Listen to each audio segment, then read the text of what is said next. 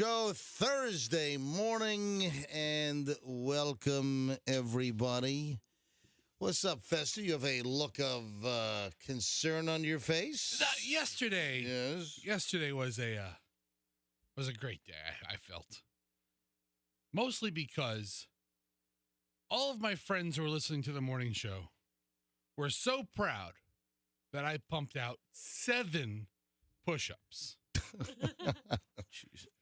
I get to work yesterday at General RV around 11:30, and 4 or 5 guys are there. They're like, "Dude, we didn't think you could do 3, and you did 7." Wow! High fives for everybody. You more than doubled the expectation. I impressed the whole crew. How's everybody feeling after those push-ups? I feel You great. sore? You know, I feel even better because later in the show, I saw a text from my buddy Mark, and he sent me an article that showed like the number of push-ups that should be done in certain age categories, and I tripled. I did 33 push-ups yesterday. Hey, folks, if you did not hear the program yesterday, I had an item that said that men that can do over 40 push-ups in one sitting greatly reduce their risk for a heart attack. You ought to know by now. And I said, let's do a challenge. So Fester and I did the challenge. I cranked out 33 push-ups. Fester did... You know what? I don't think I could give you all 7 because... Oh, you're lying. I watched the video last night. Yeah. I watched the entire... It's like a 20-minute video. I watched the whole thing. It wasn't 20 minutes. No, it was. Why was it 20 minutes? I don't think it took that long. Maybe I'm confusing it with the with something else. Anyway, it's the whole video. I watched the whole video last night on YouTube, and you did all 33. Yep. I saw when your knee fell. Yep. Because that was a little point of controversy. I was getting a little fatigued. Listen, I cranked out 33 push-ups. Anyway, my buddy Mark, who is a physician or a surgeon, my buddy Mark, he sent me a text. Let me dig up the text here. Remind me, hey, Coop, what time did we do the push-up challenge on the show yesterday? What time? Let me check my sheet here. It was just after 8. It was just after 8, 8:10, 8:15, somewhere in that vicinity? And it was 11 minutes. Yeah, it's 11:10 to 11:25. The YouTube clip is 11 minutes and 38 seconds long. Okay. So the video clip is on our website at mjmorningshow.com. If you missed it, mjmorningshow.com. So my buddy Mark, who is a surgeon, he sent me this whole story. It's from the livestrong.com website, and it has a whole chart. And it's, hang on a minute, there's all kinds of stuff on there I got to find. Average number of push-ups, adult men. It's the push-up chart. And 15 to 19 years old, it's 23 to 28 push-ups. 20 to 29 years old, 22 to 28 push-ups. 30 to 39, 17 to 21 push-ups. 40 to 49, 13 to 16 push-ups. Men 50 to 59, 10 to 12 push-ups. I did 33, and I'm right in the middle of 50 to 59. I'm right in the middle. And I did 33 push-ups, which would be 3 times what the average would be in my demographic category. I love how you think that a heart attack can't kill you right now just because of that. I mean, you could drop 745. You could drop. That's it. Oh, but wait, he did 30 push-ups yesterday. I did 33 That's not push-ups. the way it works, buddy. 33. I did 33. It's like people are like, "Oh, my parents lived to 110. I'll be fine." and then they drop dead at like 30. Of course, the story did say that men that could do 40 or more in one sitting greatly reduced. So you're telling me there's a big difference between me doing 33 push-ups and me doing 40 push-ups? I hardly believe so. I think you should do 33 again today and see if yesterday was just a fluke. So it's going to get better. I'll tell you what, I'll be able to, if I start cranking out more and I start doing it every day, and I kind of slacked off. Still bragging about I kind of slacked off. Fester brought it up. He's giving it's unbelievable. You're like an 8th grader. He's giving the most self-flattering recap in the history of radio. That's what he's doing. Fester brought it up. I brought it up. You guys see how many pull-ups I did? I kind of slacked off on doing my 10 push-ups every hour during the working day. But if I really started exercising and practicing push-ups, no doubt about it that The sky's the limit for you. Listen, I'd be able to achieve 40-plus quickly. I bet you within a week I could do over 40. You going to be sarcastic now? Well, Is you're that like workout guy all of a sudden. Like, who gives a turkey? All right, we're just getting rolling. It is a loaded Thursday. Man, the Wheel of Fortune thing is nuts. I got Airbnb wacky crap. Update on body part bucket lady. We got there's an there are new items in the story that weren't in the original. All right, hold on. Business? Yeah, business. Business. Mind your own business. All right, hold on. We're back in a second. It's a loaded Thursday here on the MJ Morning Show on Q105. Don't miss it.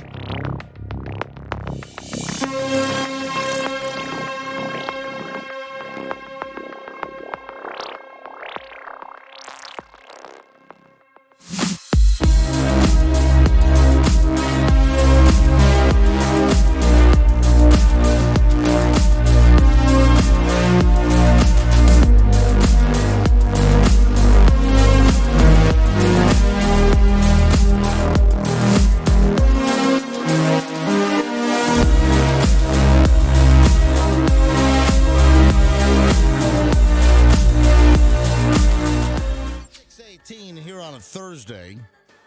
Hey, I saw something, and I wanted to, I think, direct this at Roxanne. I saw an item about the pandemic made people grow more sensitive to noise.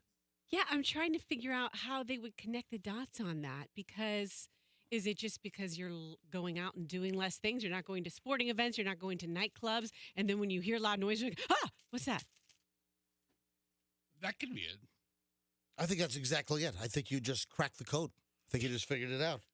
Cancel the research. It's done. Well, don't cancel the research. We have RRC research right here from the Roxanne Research Center. RRC. It's RRC. So there was a survey of 2003 respondents here in the United States. And this is ahead of World Hearing Day, which is today. What? Today is World Hearing Day. March 3rd is World Hearing Day. Come again? Hey, you're being a wise ass over there. World Hearing Day? Yeah. So today's World Hearing Day, and results show that more than 4 in 10 have become more sensitive to loud music, 43%, loud conversations, 42%, and that's since the pandemic started back in early 2020. That sounds like people can't stand being around other people. Yeah, hearing loud conversations. Those distractions can be more painful, more than 52%, or more than half, I should say, 52%. They say that loud noises give them headaches, with the average respondent experiencing 6 headaches a week. What? I can't tell you the last time I had a headache. I just don't get headaches. You're lucky. Yeah, I haven't had 6 headaches in 5 years. Froggy gets them all the time. Oh, I know. Froggy, where the hell is he? Froggy sent me a... Where does he go? He's not even in here. Froggy needs a minute. He's having gastrointestinal issues. Oh, God. So today's World Hearing Day, and apparently Froggy's hearing is the only thing that works well. Everything else is... Hang on a sec. Where's my Froggy jingle? Hey, Coop. Where is Froggy? Can you guess? In the John with IBS.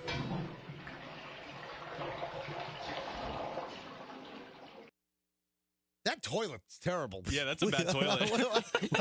Why, It doesn't have It's much a great suction. jingle, and Wait it a goes minute. right into that. Wait a minute. Why am I just noticing that now? The jingle is fantastic.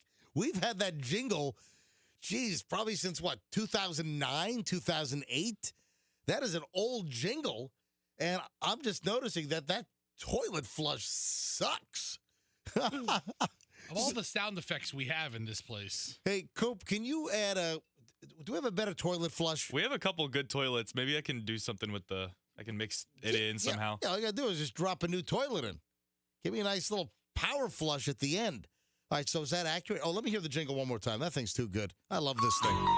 Where is Froggy? Can you guess? In the John with IBS. Are you trying to add another toilet? Yeah, I was trying to fix it in, but it didn't sound good. No, that sounded really choppy and bad. Yeah. That sounded like Coop Amateur Hour. It is. That sounded like you just flunked out of the Connecticut School of Broadcasting. Okay, so he did flunk out of the Connecticut School of Broadcasting. He's really sensitive about that. And I don't appreciate you bringing it up in such a public forum.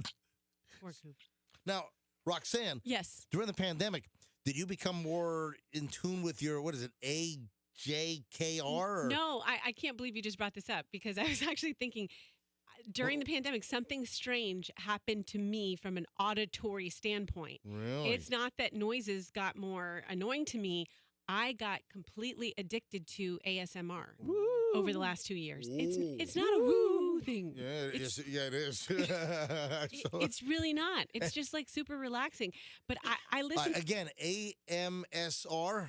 AS. Oh, ASM. ASMR.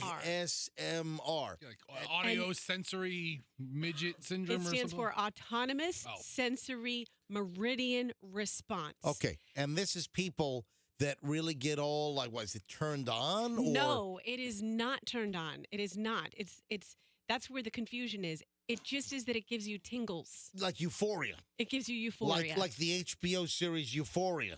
Not like that. I know a little bit about that series. That's very. When was the last time you did MDMA? Speaking of acronyms and letters, do you ever do MDMA when you're doing your ASMR? That would be sensory overload. You ever so done? no. You ever done ecstasy? No. Come on. Wow. It's a little early in the morning for this. Isn't it called Molly? Well, Molly, but Okay. MDMA. That's like the chemical acronym. Okay. But Molly is certainly a name for that particular drug. Right, So right. you've never done Molly? Not that I remember. Okay. Not that I recall. If I did, I certainly forgot. Yeah. But What about, back what to about, ASMR. What about shrooms? You ever do shrooms? No, never. No. Okay. All right. You know, Froggy's back. You've missed a hell of a segment so far. It started off with today being National Hearing Day, and now we're asking Roxanne if she's ever done MDMA. So it's really covered quite the... And we found out Coop flunked out of the Connecticut School of Broadcasting. Yeah, a lot's happened. That's Why do you keep bringing that up? All right. We're bringing up a lot about All things. right, so what were you saying? Okay, with the ASMR thing, Right. I was worried, like even recently I've been like, am I addicted to this? But here's the thing, you're not addicted to anything unless it gets in the way of you accomplishing things that you want to accomplish. Because during the pandemic, I started listening to it. I mean, I listened to it a lot. How much ASMR do you listen Now, to? for dude? those that don't know, ASMR, Mm-hmm. these are sounds, right? Yes. For instance, somebody that just loves hearing the sound of somebody crunching on potato chips. Yeah, for instance. I don't do Ew. that stuff. I don't do that. I have a niche. How about typing on a keyboard is more like What is your niche? My niche is pretending like I'm at a spa and they're doing stuff to my face. Like they're like washing my face. Like it's But that's not a noise. Well, like Yeah, it scrubs, is. maybe scrubs, and like. yeah. Hold on. Yeah. How's there a noise if they're scrubbing your face at a spa? Have you seen the amount of dead skin she has? It's really surprising. oh, I love the boink noise when they pull my nose hairs. Boing, ah, boing, ah. Oh, I love that. Can I introduce you to some good ASMR, all of you guys? We all live for exfoliation. What? Exfoliation Nation? Oh, So, You gotta put on the outfit. I'm sorry, that just popped in my head. So, yeah. That's a good we one. It was know. worth it. All right, go ahead. So what were you going I to say? want to introduce you guys to some really good ASMR, and you be the judge. What But is it? anyways, I'm not addicted because I still accomplish the things that I need to accomplish in life. That's Can- the key. Can I be a little picky here for a second? Mhm. I don't think it's any ways. A lot of people say Oh, any God. ways. I don't even know what you're talking anyway, about. you just said anyways. Anywho, I think it's any way versus any ways. Hey, Fester, do me a favor. We've got early morons in the news next. But before we get to that, I don't want to be a butthead over here, but can you look this up? Is it any way or any ways? I need a full report on that next. Yeah, Roxanne, you don't bother me much, which is a Just good. much. Which, Okay, good. No, but that bothers me. And when people say anyways. I didn't even know I said it. Yeah, I think it's any way. All right, hold on, Fester. You got a report coming for me? I'm working on it. All right, hold on to that thought, and then we'll get into early morons in the news next. Don't move here on the MJ Morning Show on Q105.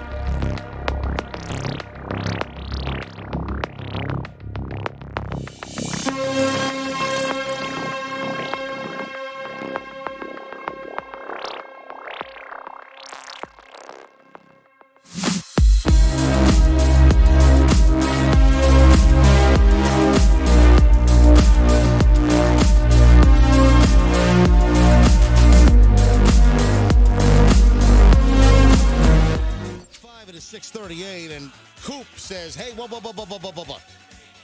Coop, literally, he just went. Coop, our producer, says, hey, before you jump into the morons of the news, I think I fixed the Froggy IBS jingle and added a better flush sound. And Froggy's not. Oh, here he comes. Froggy, get in here, Froggy. Froggy's back in the studio. Froggy, are you okay today? What's going on with you? Issues. I had an old hamburger last night late.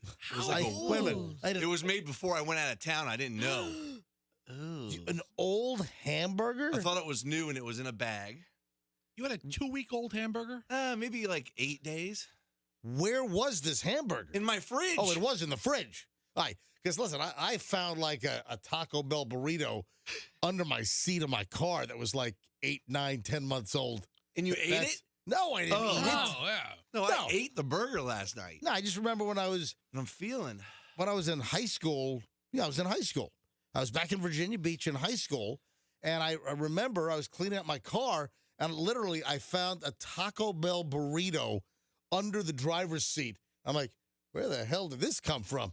And it was apparently a burrito that must have fallen out of the bag when I went to Taco Bell back in the 80s in Virginia Beach.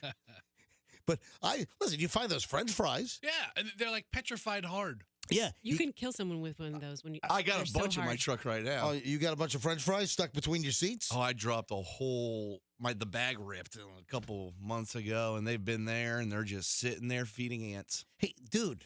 Yes, dude. We had a story, I think, while you were gone. Yeah, it was. I was just thinking about Yeah, that. while Froggy was gone, we had the story of a guy that ate his roommate's like Noodles. Chinese leftover noodles, and then he lost his legs. He got some infection.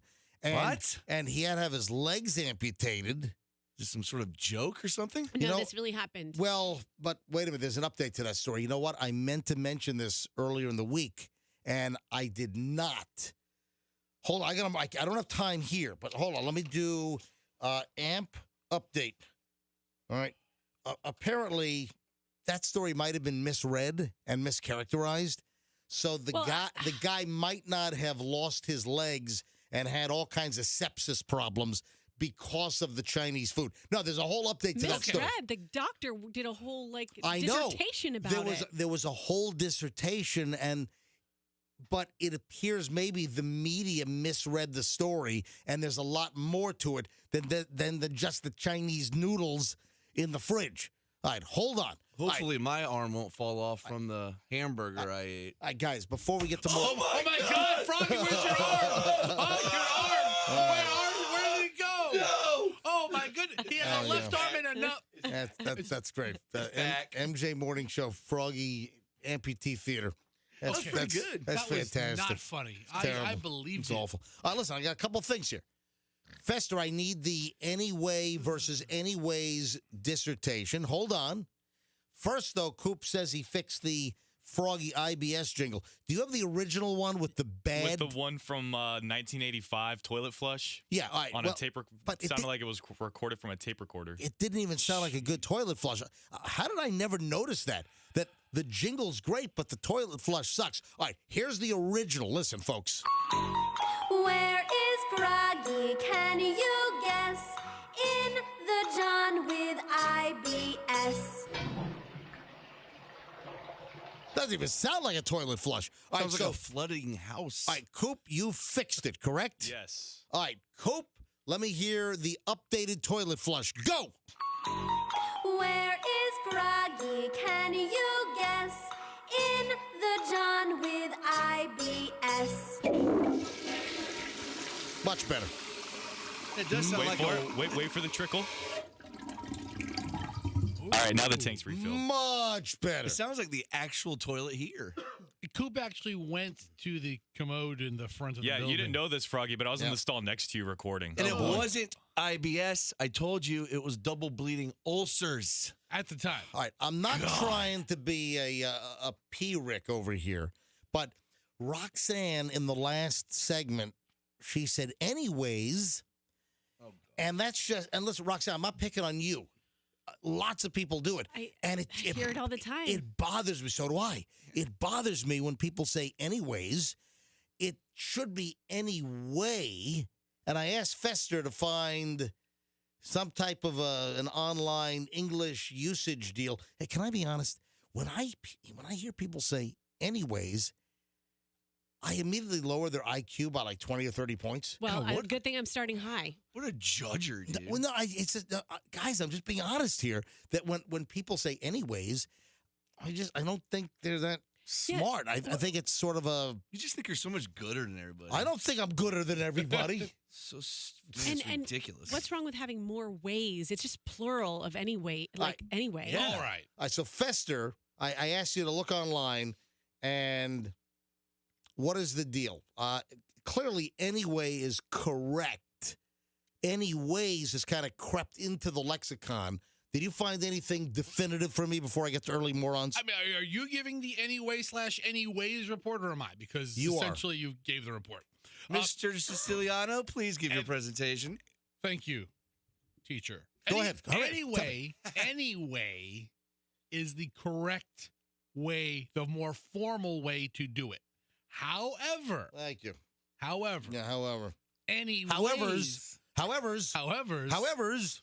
Anyways is also acceptable as a non-standard colloquial or archaic. Right. In your face. No, it's not in my face. It is quite common to add S's to the ends of adverbs, like always, which isn't correct. Well, no, towards. Always. Yeah. That's another one. Towards. That's another one.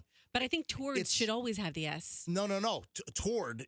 In most cases, toward is better, correct, and sounds proper. Well, do you want to exactly. move towards something or towards something? You move towards something. I want to move a ways from English class that we're in. So, Roxanne, I mean, what is this? Roxanne, listen, using her backwoods country English, Roxanne is acceptable to use anyways. Anyway, But sorry, is this a very proper room where we have to speak the No, full English it's just listen. and use colloquial terms? I'm being honest. When I hear people say anyways instead of anyway, I think they're a little dumber. for reals. I'm just being honest. I'm sorry. When I look at you, I think you're dumb. So what is that? I mean, come on. I'm not trying to act superior over here. That's that's one of the things that just bothers me when people say anyways. I don't know how to remove the S from my language. Well, can you try, please? DS yourself. Why don't you guys just shut up? Well, thank you, Fester. Yeah, so anyway is preferred. Anyway is more proper. I'd rather say it. All right, I have the early morons of the news. We got a lot. I might need to push a second chunk after this. I got a couple of school and daycare issues today. My God, what the heck is going on here? A lot of kid stories today for some reason. Involving daycares, like toddler age? All right, so Glendale, Arizona. This is a bad daycare, man. Glendale, Arizona. And this reminded me of a recent local story, which will tie back in. Glendale, Arizona. It's near Scottsdale, right? I think so. Glendale, Arizona. Several toddlers were seen wandering in the middle of the street after they left a Glendale daycare center. No supervision. Let's get out of here. Police got 911 calls on Monday morning reporting that six to eight toddlers were spotted in the middle of the street. That's a gang. What is this, South Park? My God. That is a little. What, they got a gang fight going? This is nuts. 911, what's your emergency? Yeah, I got 6 or 8 toddlers in the middle of the street. It's a marauding band of toddlers. Hey, who are you calling? Hey, put down that phone, punk. Kick your ass. Listen, Dance.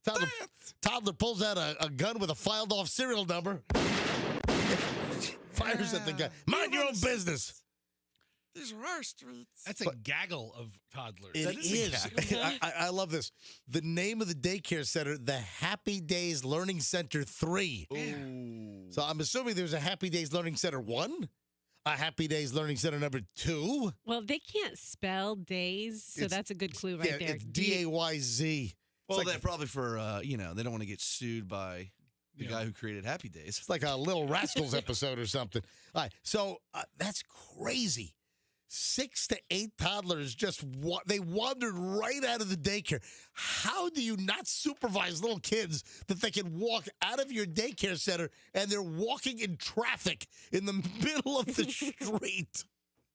Could you imagine just seeing 7 kids and you have to swerve out of the way? So officers arrived. The children were taken back inside. Police found as many as 8 kids between the ages of 1 and 3 got out between 1 and 3, and they're walking in the road. Can't even talk. Sunday, Monday, happy days. In the middle of the street, happy days. Thursday, Friday, happy days. Kids are here everywhere. Don't get hit by a car. These days are Oh, on. my Wait, God. Mrs. C, what are all those kids doing? Hey. Hey. Hey, Ralph, where's the kids? And then I brought this up because there was a story just recently. Look, was it Clearwater?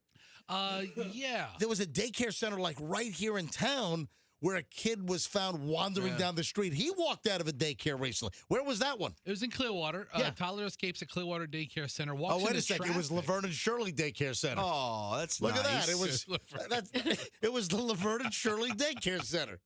Look at that. This kid didn't quite have the support as the other kid. What was the name of this daycare center? Do we have the name of that? I'm looking. Here We Grow Learning Center in Clearwater. Three's Oh. Company Learning Center. That's cool. Here we grow. A 2-year-old, I guess, wandered out and was found wandering down the street. That's why I'm not sending my 2-year-old to daycare yet, because she would be the one to wander away from How does school. this happen? These people are terrible to let this happen. How do you run a daycare center? You got 6 or 8 kids between the ages of 1 and 3. Leave your facility and they're wandering in the street. Just put the lock, 5 feet high. All right, all I got to say, thank God no kid was injured in the making of this Morons in the News story. Very fortunate that a kid didn't get run over. But they which did is- beat down another toddler down the Which is street. very odd. I gotta finish up with Morons in the News next. Hold on. So I haven't even gotten started. The Morons in the News get better. So hold on. We'll finish up in just a minute here on the MJ Morning Show. Hey, you know what?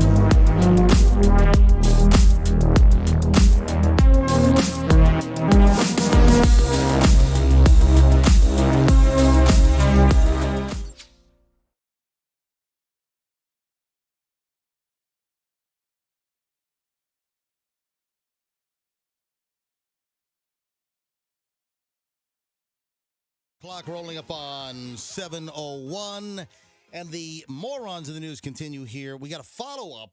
There is more to that story about the lady that chopped up her date up in Wisconsin. Yeah, it was in the Green Bay area, Oh, right? my God. Folks, we did the story yesterday, and I had numerous people say, what the what? And there is more. So I had a local story, and more information came out yesterday. So we were a little early on this story. I found a local story before it started getting wide national attention. This thing kind of broke open. For instance, like other morning shows, they'll be talking about this story today when we talked about it originally yesterday. But there is more to the story. This is nuts. And this is a great, like, early morning breakfast story. Listen, I'm going to keep things palatable, but I can't ignore this. Oh, God. I mean, this is, so you're a guy and you meet a woman and you guys hook up and you're going to have some wild and crazy times. You just got to make sure that your head doesn't end up in a bucket in the basement and your legs in a crock pot. All right, now that's... You should ask her before. Is my head going to end up in a bucket? That's new. I just said legs in a crock pot. That's not a joke? No. You thought I was joking. I thought that was like taking it to an extreme. No. Hyperbole. Those are new facts in the story. I'm like, what? Couple of things. One, I have a large crock pot. Yeah. I don't know that I could fit Yeah. human legs in there. That's what I want to know. How big was this crock pot? All right, here are the new details. Well, it's like when people are too tall for their caskets, they break their legs, don't No, they? they don't. They just chop them off at the knee. No, they break them and bend them. No, they don't. Have you seen Bernie? That's what they said on there. That was a great movie, And man. we will just, if it's too long, we'll just snap his legs and turn him to the right. Folks, if you have not seen the movie Bernie with Jack Black, that could be his finest work. It really is. He should have got an award for that. That movie, Bernie, was fantastic. The music alone is... All right, so here's the deal. 24-year-old Wisconsin woman. Folks, this is a public service. I got to get some kind of commendation from the city for this. Yes. This is a public service. You got to make sure you know who you're getting involved with. You got to make sure you know who you're like having a fling with or a date with. Well, if you don't guys are know. doing what they were doing together, you're setting yourself up Well, for some problems. I think you could be right. All right, so 24-year-old Wisconsin woman. She allegedly killed and dismembered her lover, her date, whatever you want to call it. It was a drug-fueled session. We said yesterday the guy's head was found in a bucket in the basement. All right? But there's new information. There were 2 heads found in the bucket. All right, hold on. Whoa. 2 separate people? Or is No. that like a different word No. that you're using? Roxanne, would you like to cleanly describe what you think I'm talking about? No, I would not. So you're The talking old Okay, about I think, yeah. You're talking That's- about both sides of the coin, All right. heads and tails in No, the same bucket? No. So the guy's actual head from his top of his Yep. shoulders, Mhm. that was in the bucket. And then Another body part. his wang was in the bucket as well. Oh, my God. That's new. That's new from yesterday. And then, I'm not making this up, the guy's legs were found in a crock pot. You would think the wiener would be in the crock pot and the legs would be in the bucket. I don't know. No. The leg meat is much tougher Wait a and minute. needs that Guys, crock pot guys, cooking. Guys. Ugh. And then, wait a minute. And then, remember, the story was nuts yesterday because the woman's name is Taylor Shabusiness. I don't know that you describing the story as nuts is even remotely appropriate right now. That's true. It was in the bucket. All right. So the woman's name is Taylor, and her last name is Shabusiness. SCHA. Then the word business. BUSINESS. It's Taylor Shabusiness. I never heard of that name in my life. Yeah, Coop. So was it a crock pot or a crock pot box? It was a crock pot, is what it says. A crock pot. It says crock pot. And then the woman, this Taylor Shabusiness, told cops allegedly, yeah, you're going to have fun trying to find all the parts. What? This lady is psycho. How many psychopaths like this are running around this country? This is a ghastly, gruesome, grisly story. The victim was a 25-year-old Green Bay, Wisconsin guy, probably a cheesehead. What if there was a cheesehead in the bucket as well? That's what kept it from rattling around. What were you going to say, Rox? When I think of people from Green Bay, I just think of nice Midwesterners. I don't think of this. No, I think of just functioning alcoholics, I and think fat of, people. I think of Ed Gein. Yeah, seriously. Hold on, wasn't he he was a Wisconsin serial killer, wasn't Ed Gein? Type in ED, Ed, and then Gein. Ed Gein. I think that's how you pronounce it. That's what the Texas Chainsaw story is about, right? Yeah, so Ed Gein. He's from Wisconsin. He was died in Madison. Born Right, in but La he Crosse. did all his heinous serial killer stuff in Wisconsin. Yeah, I don't think of normal people from Wisconsin at all. All right, Roxanne. so here's the deal. She has been arrested. She made a video conference appearance before a judge. She's been whacked with first-degree intentional homicide, mutilating a corpse, third-degree sexual assault. There's other crazy stuff to this story. Yeah. Okay. So wait a minute. What? Yeah. Roxanne, apparently What else do you think is crazy? Did you just stumble across something? I stumbled across how he was discovered. All The right. guy. Okay, go ahead. His mother Yes, mother. heard something There in was- the Yeah, basement. the mother heard a door being slammed. That awakened her, and the mother apparently found her son's head in the bucket. In the bucket. Son, My God. it's my favorite bucket. All right. Who found the crock pot? The police found the crock The police pot. in her car. Somebody- she was somebody carrying tell around me- the crock pot in the car. During a search of her van, the cops found the crock pot with human remains, including the legs. All right. Again, how big was this crock pot? Somebody check the Vitamix. So let's go down the list of vehicles I would not date a woman if she drove. A van. A van. I mean, a van. I would. A van is, unless you're like, I'm not talking like a minivan dropping the kids off at school and stuff, but You want me to get this a paddle van. What? Driving like the Chevy Safari van or Savannah van, forget it. Whoa. Can you help me get this couch in the van? Is that what, go back a little further back. There you go. Right about there. This is nuts. So then his upper torso was in a storage tote, Oh gosh. in like a gym tote bag. I mean, what? This is Wait, was that real? nuts. Yes. Yes. Oh my Yeah, God. It's oh, turning into a Joe Pesci comedy. Everything I'm saying is real. So the suspect, Ms. Shabusiness, was asked by the police, what happened? Yeah. And she told the cops, that's a good question. Quote, that's a good question. Does she know that she is going away to prison for the rest of her life? I read part of it where she said that's a good question, but then she said that they just were having consensual sex, which involved chains, and that she didn't mean to kill him, but enjoyed the choking and kind of went crazy. And you're missing one other important feature here. What is it? They were smoking meth. So they were smoking meth and then having sex and using chains. And then apparently she choked him out and killed him with the chains and then decided that she was gonna crock pot him and bucket his head.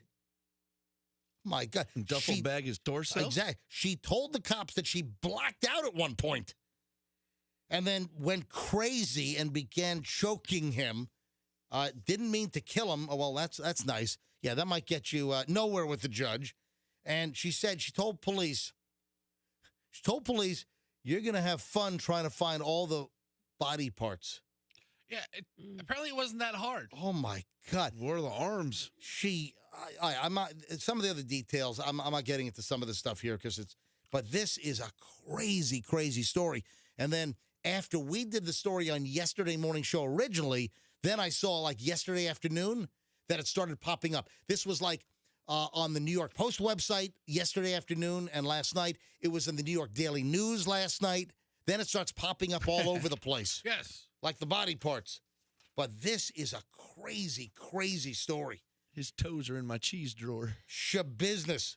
Oh, and she was on probation for something, and she was supposed to be wearing an electronic monitoring bracelet, and she had taken the bracelet off. Well, she is not a good person at all, And- taking off that bracelet. And we don't know that's going to be the biggest offense right there. And we don't know why she was on probation. She did something else prior. She was a habitual jaywalker, apparently, in the Green Bay area. She was warned several times. Yeah. Oh, she told cops that she planned on taking all the body parts with her, but she, quote, got lazy and ended up only putting the leg and foot in the van, but forgot the head. I mean, what is going on? So I'm just trying to figure out, were they having sex at mom's house Yes. downstairs in the basement? I think so. Okay. I have a feeling I forgot something. What is it? Anyway, her bond has been set at $2 million. And she'll make her next court appearance in 3 weeks. Shabusiness. Her name, Taylor Shabusiness. She's got a lot of different looks online, too, because she actually kind of looks, I mean, I don't, Little gothy. she looks evil and gothy, Little gothy. but put together with a lot of makeup. But, she's not unattractive. I got to be honest, there's a little bit of an appeal. She looks like she could headbutt you and just destroy you. You know what? She looks like a tough roller derby girl. Yes. Yes. All right?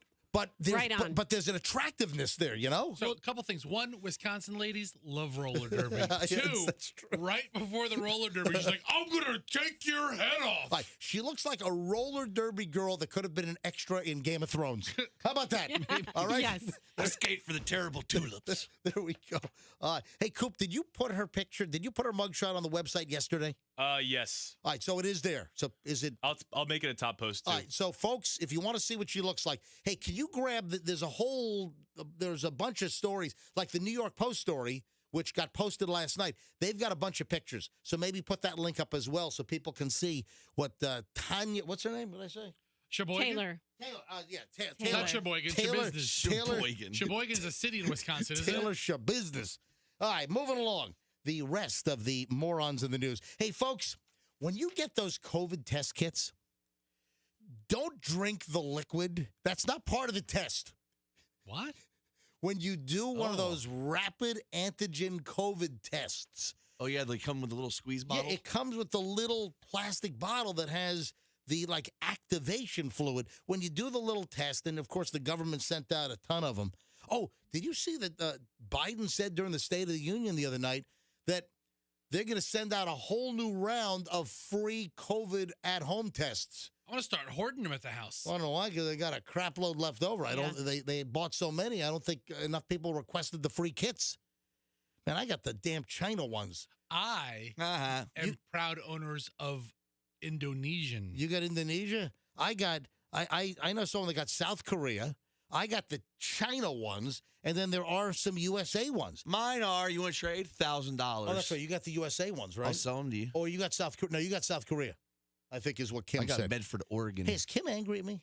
She always is. I don't know. Kim is perpetually just pissed off at everybody. Aren't we all? No, she's not. All right, here's the deal. You are. You're the one in here with a pouty, grumpy face all All right, in the morning. listen to this. Poison control centers around the country are warning folks. They're sounding the alarm on these COVID-19 at-home test kits, which, folks, they are fine. Just don't drink the liquid in that little plastic bottle. So you're supposed to, take the cotton swab, you rotor-rooter it up each nostril, for what? You spin it 5 times or So 15? you dip it in the liquid. Yeah. So then you take your swab and you dip it in the liquid. And then you swirl it in the liquid, and then you're supposed to grab the plastic, and as you pull the Q-tip out, make sure you get all the juice and liquid off of the cotton swab so that it can sit into the fluid. And then you take the little dropper, and then you put a little 3 drops in the little receptacle area. And All then, right, we know how it all works. right, so that's but people are drinking the liquid? Why No, not? you're doing it wrong. That's not part of the test. Don't drink the liquid. Shots. Don't Yeah, throw drink some vodka in there. Oh, my God. Because the test kit, in most cases, it has a toxic substance called sodium azide. And Cincinnati Children's Hospital and Drug Center, they've seen a surge in calls about exposure and people drinking the thing. Are there really people that think, oh, yeah, I gotta drink this liquid to see if I'm positive? I think I drink it and then I spit into the little... Swish it. No, you don't do that. That would be an easy test. Do not drink the liquid. It is poisonous. Don't drink it. Sodium azide. Just wash it down with some Fabuloso. Yeah, man, remember that was a problem? Oh, man. I got to hide that stuff because it looks so delicious. Seriously. know. This was back during the original MJ Morning Show. That Fabuloso It looks like grape juice. It looked like orange juice. It looked like grape. They had all different colors, right? I was a fan of the limeade flavor. It Or actually color. has more real juice than Sunny D, I found. It does. That's a good point. There's more actual real fruit juice in Fabuloso than Sunny Delight. I think you're right. But the folks, don't drink the liquid. Yeah, please. Hey, Wedding Crasher story. Ooh, I love these. Remember we did Wedding Crashers. Remember, did we do it before or after the movie? I think we were inspired by the movie. I don't know. I thought we. I No thought way. I thought, You did that in like 2000. I thought we inspired the movie. What year was Oh, Wedding, yeah. What year was Wedding Crashers? I'm sure, what's his name? The guy with the messed up thumb? Vince Vaughn? Yeah, I'm sure he was listening to the morning show. I was like, ooh. Yeah, the Wedding Crashers movie was 2005. Hey, was the guy with the messed up nose also in that movie? Yeah, there was the messed up thumb and the messed up nose. Right, the messed up nose guy. That's what's his face? Have you seen Vince Owen? Vaughn's Yeah, thumb? Owen Wilson. Owen Wilson. Man, his nose, it looks like it was hit by a truck. Dude, have you seen Vince Vaughn's thumb? I've not seen I see Vince you're Vaughn's thumb. obviously passionate about his You thumb. got to see his thumb. All right, They hold hide it in every movie. It looks like, What happened to his thumb? I don't know. It Dude. looks like it got run over by a lawnmower. Oh, my God. It Dude, does. oh, it That's does. crazy. All right, so Wedding wow. Crashers was what? Guys, we did Wedding Crashers on the MJ Morning Show before. What year did Wedding Crashers come out? 2005. All right, we did Wedding Crashers the first time when BJ was still on the show.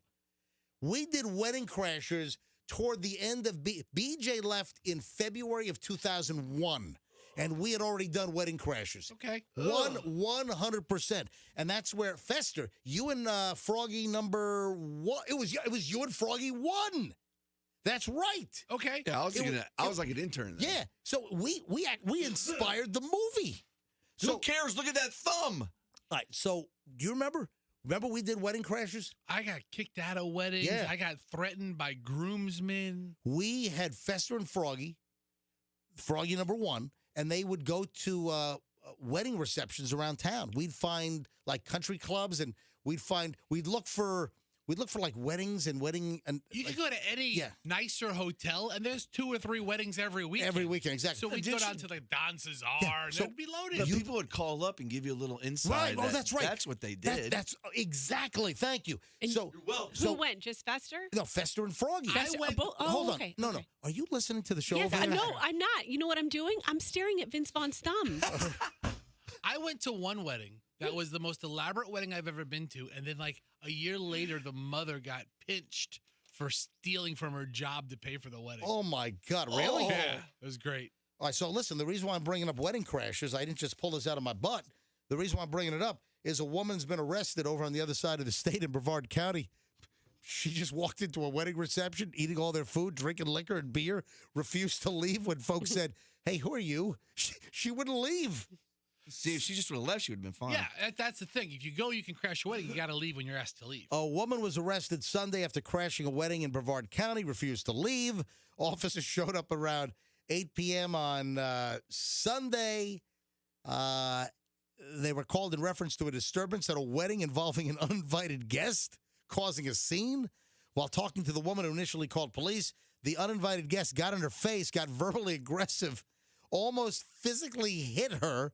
An officer then put himself between the two women, asked the uninvited list to stand behind his patrol car. She refused. When the officer tried to put handcuffs on the wedding crasher, she resisted, bracing, tensing, pulling away, refusing to comply. She was eventually subdued. I'm guessing that she was ankle tripped and shoved onto the ground and then jammed in the patrol car. Yeah, the groom told police the woman was drinking beer, liquor, food. She was asked to leave because they recognized that she was not invited. No one knew who the hell she was. So then she gets into the groom's face and gets all verbally aggressive. She was asked to leave on multiple occasions but refused. The uninvited guest refused, and it was identified. She refused to identify herself and provide a name, but she was eventually identified as Gloria Colwell, 52 of Satellite Beach, Florida. Sounds like a nice So, lady. There you go. And listen, there was a time that people were starting to invite Fester and Froggy to weddings. Yeah, that was people, no fun. People wanted them to crash the wedding. You did a couple of those, but those I don't those, yeah. want to Sideshow. go to your wedding. Yeah, those weren't fun. With the exception of yours, Roxanne. We got to crash Roxanne's. All right. Or stand up and say, I object to this. All right, folks, when we get back in a minute, we've got the long, uninterrupted chunk of the MJ Morning Show, including an MJ Morning Show team member who is having a neighbor from hell problem. There is a serious issue that has cropped up, and we'll get into that and a whole lot more next on the MJ Morning. That's just scratching the surface. That is 1/10 of what we're getting into. Next on the MJ Morning Show here on Q105.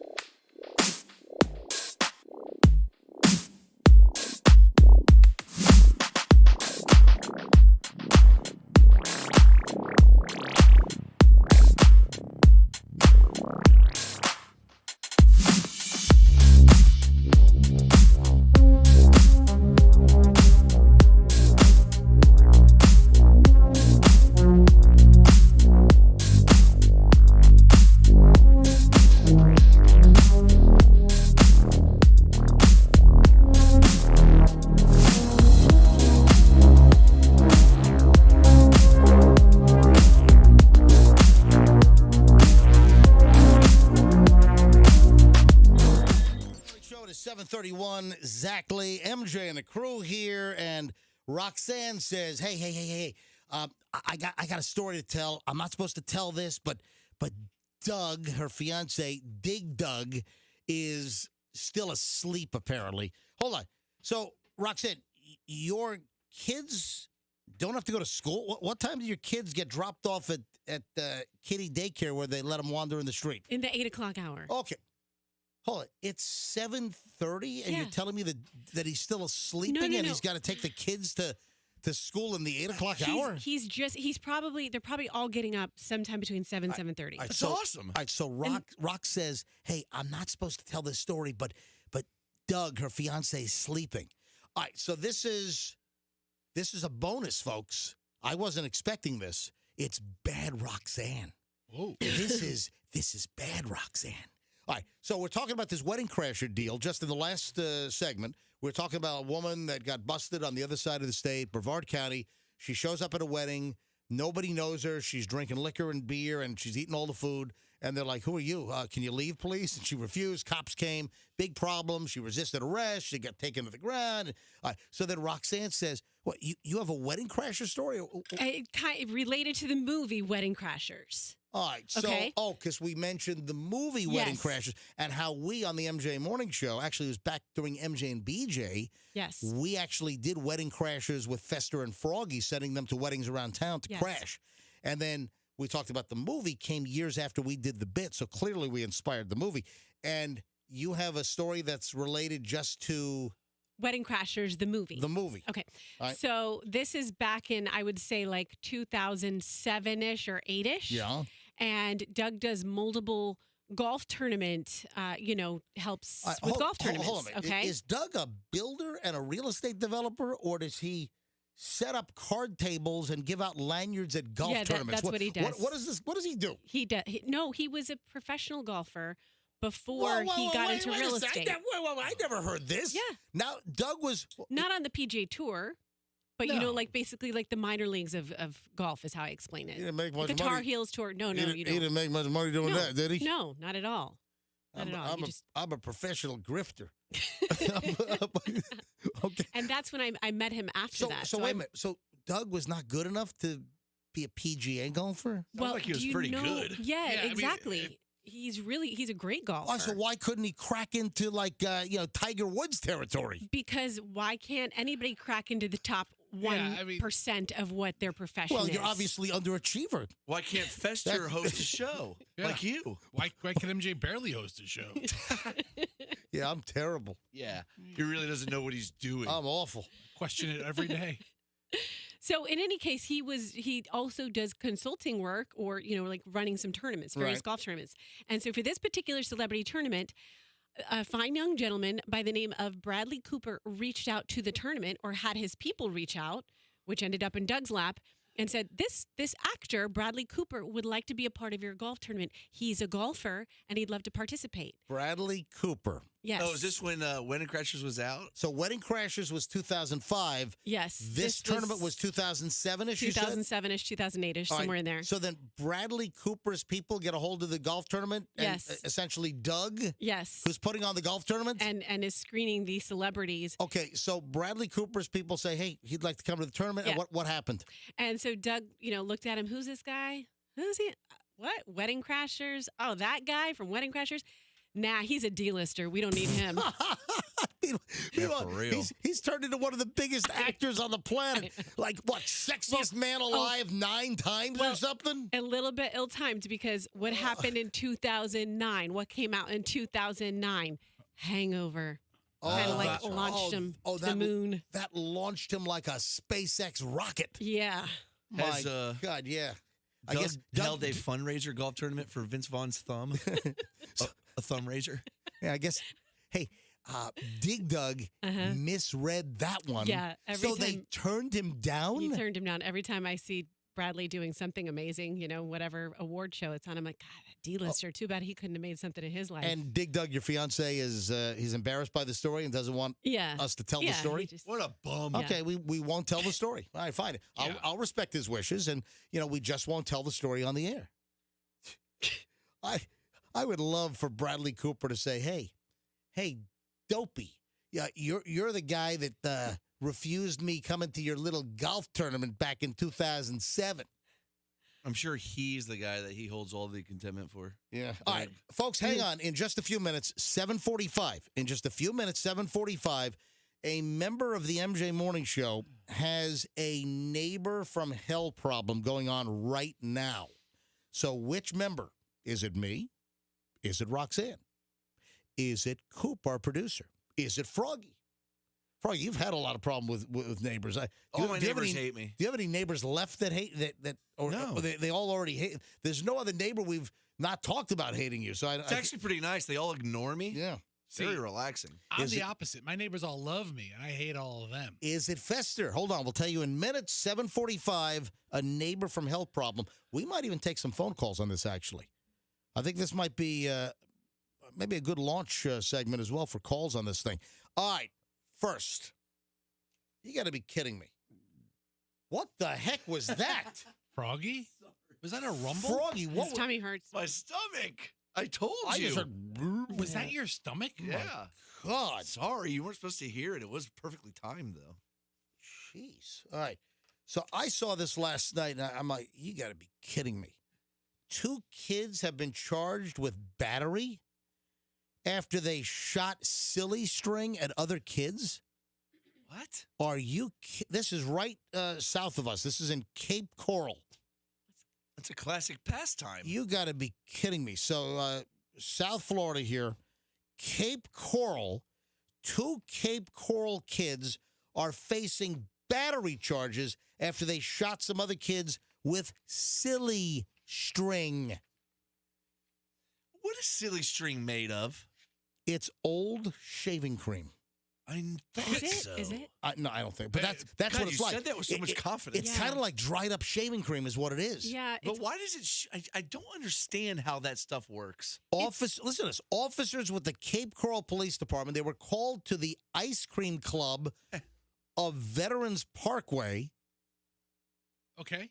on Saturday. 2 victims, both under the age of 18, told officers that 2 boys came up and shot them with silly string. Being the victims are minors, officers called their parents, who decided to press charges. It's silly string. All right. You're going to press charges, and the cops are really going to go along with it with silly string? Well, the cops don't have a choice. Yes, they have a choice. If the parents want to press charges, the Well, okay. officer's bound to. I guess technically. But did the cops try to say, hey, come on, this kid's being kids. I mean, you really want to press charges over silly string? It's not like they threw a bowling ball at him. Yeah. You know, it's silly string. can't You ever hurt- had silly string in your eye?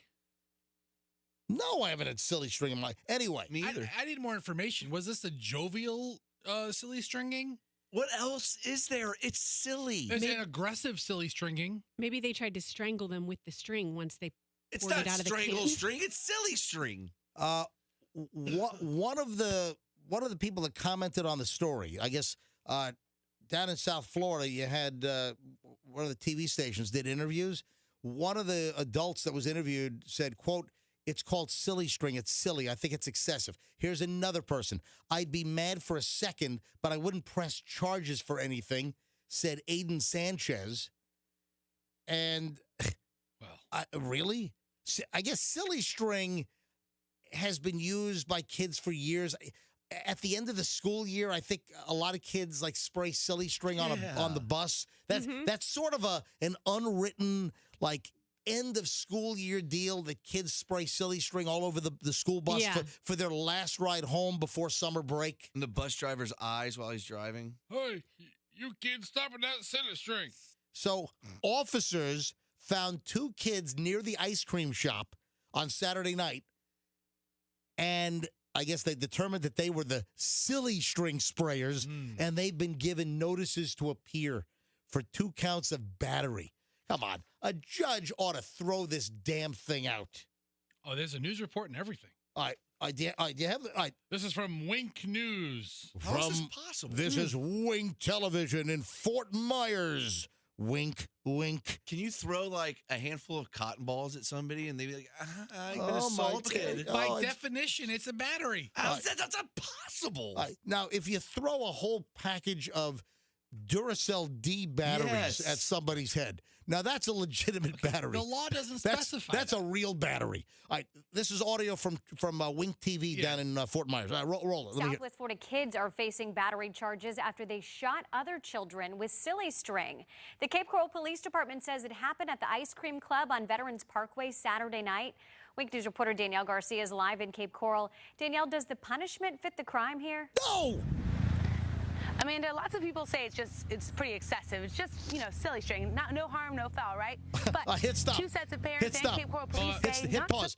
The reporter has a can of silly string. She just went and she sprayed silly string toward the camera. That's the first time I've ever heard a reporter say, "Hey, no harm, no foul."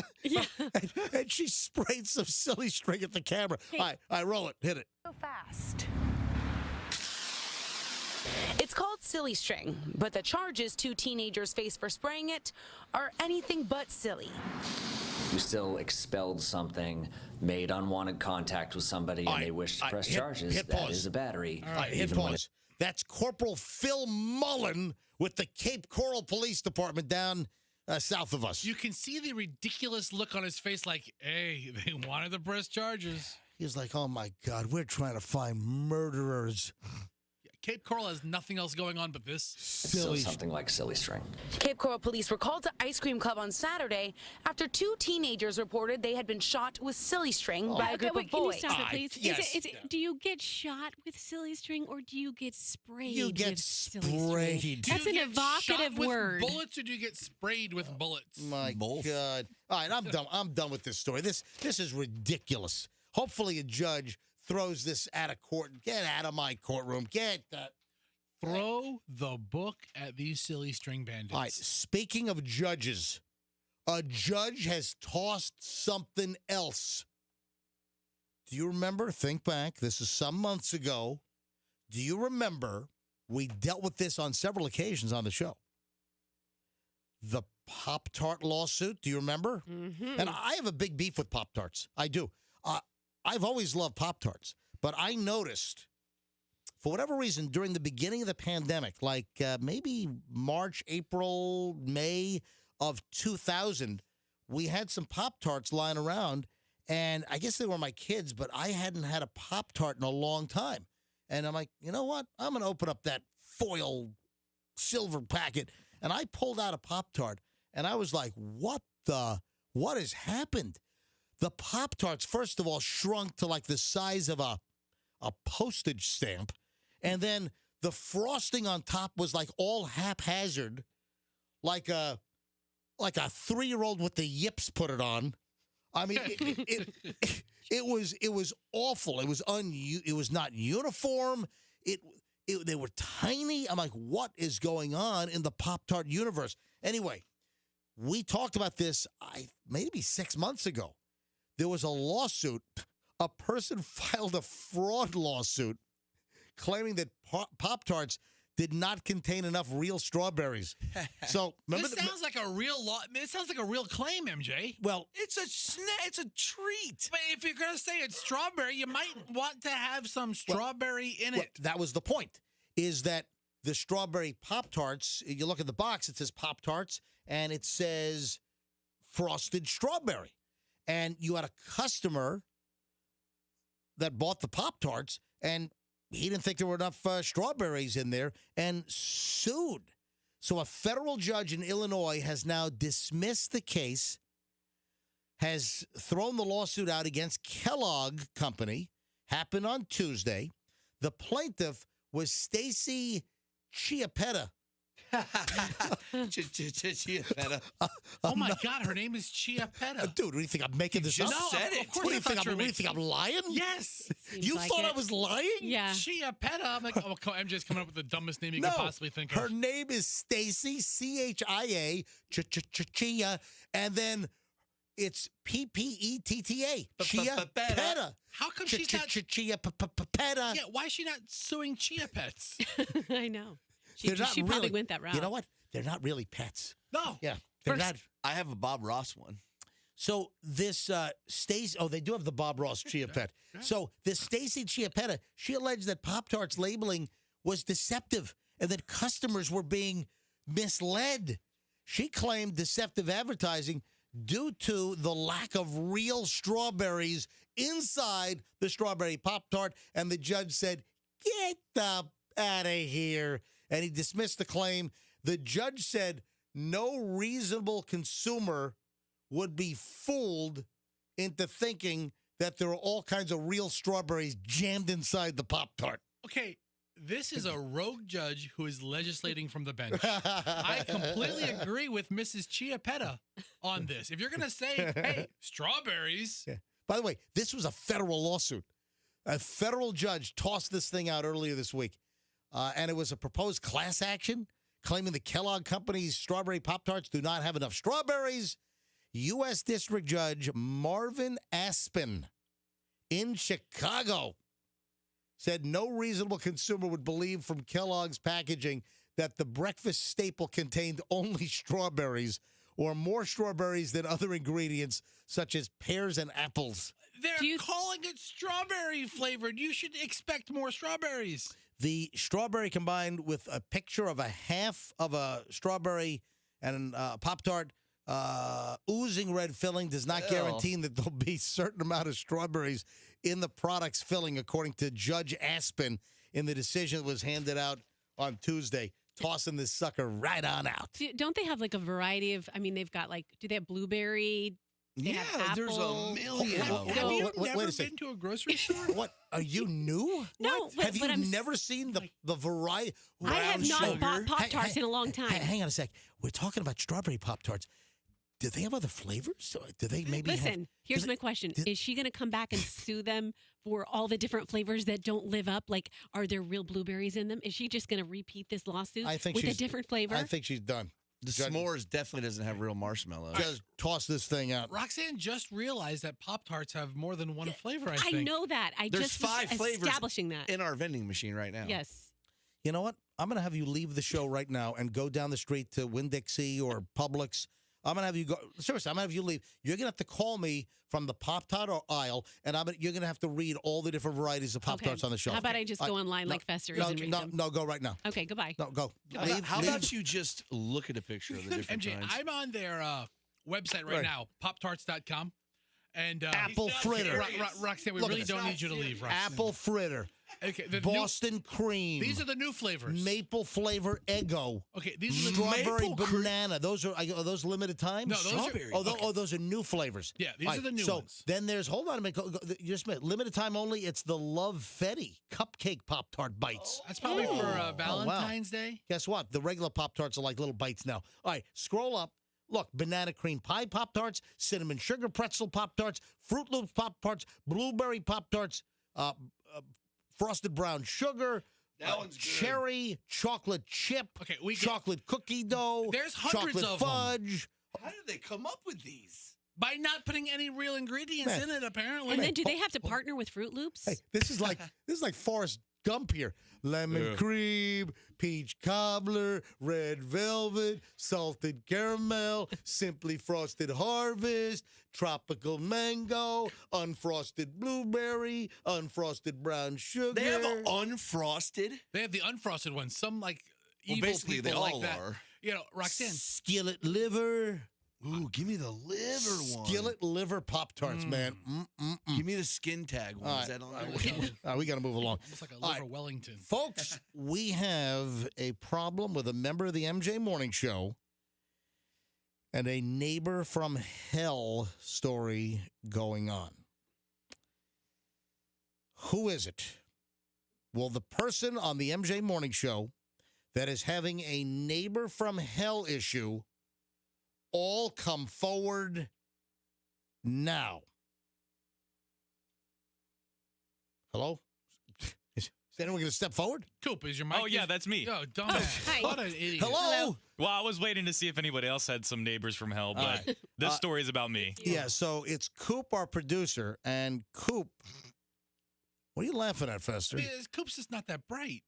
I mean, I think he's smart, but then Fester's really been on my ass today. Go First, he forward. reveals that I dropped out of the Connecticut School of Broadcasting. No, like, MJ commented on you failing out of it, and I just asked him. Yeah, thrown out. You're asked to leave. Yeah. All right. So you have a neighbor from hell problem. Now, Yes. Coop, you live in an apartment complex in Largo. Yep, that's right. The beautiful Largo, where we get all our morons in the news stories. Now, how far away from the park with the little train that goes choo choo choo around the park? I'm not sure. I don't know where there's a train. What? Okay, so Dude, the big Largo Park, those older dudes, they run that cute little train for the kiddie parties. I've seen a Largo Park. I don't know if there's a train in the one that I'm thinking of. There's a... All right, he doesn't anyway. know. He doesn't All right. know. So, do you want to give out your apartment complex and your street and your apartment number? Yeah, I All right. will. All right, so what's going on? So this all started a couple months ago. And we're just hearing about this now? But this is like where it began, and then it all kind of unfolds like from over the weekend.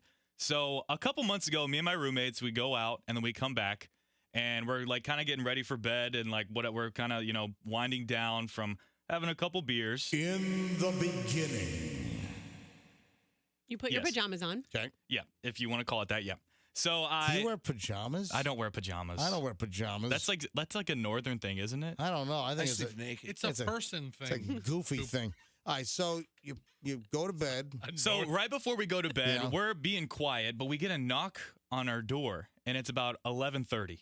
11:30 at night, you get a knock on your apartment door. Yeah, and we don't have people come over regularly. And you have two roommates, so there are three of you. Yeah, How many bedroom is this place? 3-bedroom. So, it is a 3-bedroom. Yeah.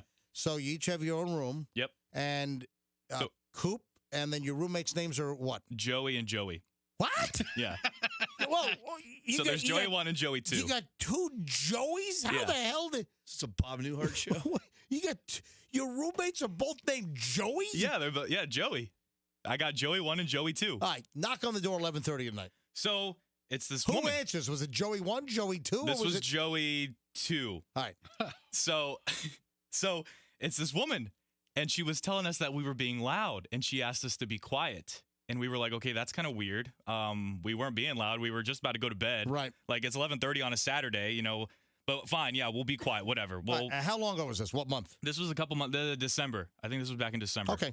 So then 2 months go by, or this happened over the weekend. So February, was that the weekend? Anyway. Yes, last weekend, then February was Yes. this past weekend. Okay, so 2 months go by. Nothing. We don't hear anything from this woman, but we did exchange phone numbers because they're our downstairs neighbor.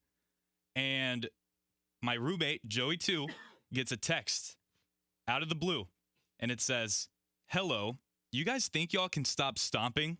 I'm sorry, but you guys are in an apartment, and I'm beyond over it. I got your info months ago and never hit you up, but it's so loud." And this is what got me. "Please let me know if you're able to change the way you walk or not." Does one of the Joeys have a walking problem? No, so we were Does one like of the confused. Joeys have a peg leg? No, nobody has any peg legs, no concrete shoes, no nothing. We were like, what the heck? I mean, this was like midday on Sunday. Are you guys doing jazzercise or something up there? No, What nothing. are you guys doing in there? Nothing crazy. So then we're all confused and we're like, how do we reply to this chick? And then my roommate's like, okay, I'm sorry, but I think you... How old is this woman? We don't know, but maybe in her late 20s, Well, early she 30s. came knocking on the door. Can't you estimate? Is she hot? I was a little inebriated that night, but I would say late 20s or early 30s. All right, so you She want to good put her in Now, the old curmudgeon Is category. she down there with a boyfriend or another girl, another woman? She says that she has a kid. Okay. So that's all I know about her All right. life. So my roommate replies, and we're like, okay, well, we're sorry, but we think you have the wrong apartment because we're not even home right now, and we are not stomping. We're not loud. Wait a minute. So that came in when you were not even home? Yeah, nobody was home. Nobody was home, and she's talking about people stomping. Yeah. So then she replies, and she goes, "It is y'all." And then And you're not even home. this next text was when I was like, okay, this lady's a nut job. All right, so it gets nuttier than that? She goes, "I currently hear you vacuuming wood." Wait a minute. I currently hear you vacuuming wood? Then she goes, "I hear the dog. We don't have a dog." And vacuuming wood is a very strange, specific sound. This lady is... Yes. Wait a minute. I got to understand your complex. So there are units on either side of you? There's a couple buildings. Right. But hold on. Fester's been there. I've been to his apartment before because I had to drop him off when his carburetor Are busted. there are there all kinds of units surrounding where you might be able to mistake where a sound is coming from? He lives in one of these big, large apartment complexes where they're 4 stories and they're all big buildings with the center staircase. Yeah. So he lives in a large building. You're on the second floor? I'm on the 3rd floor. 3rd floor.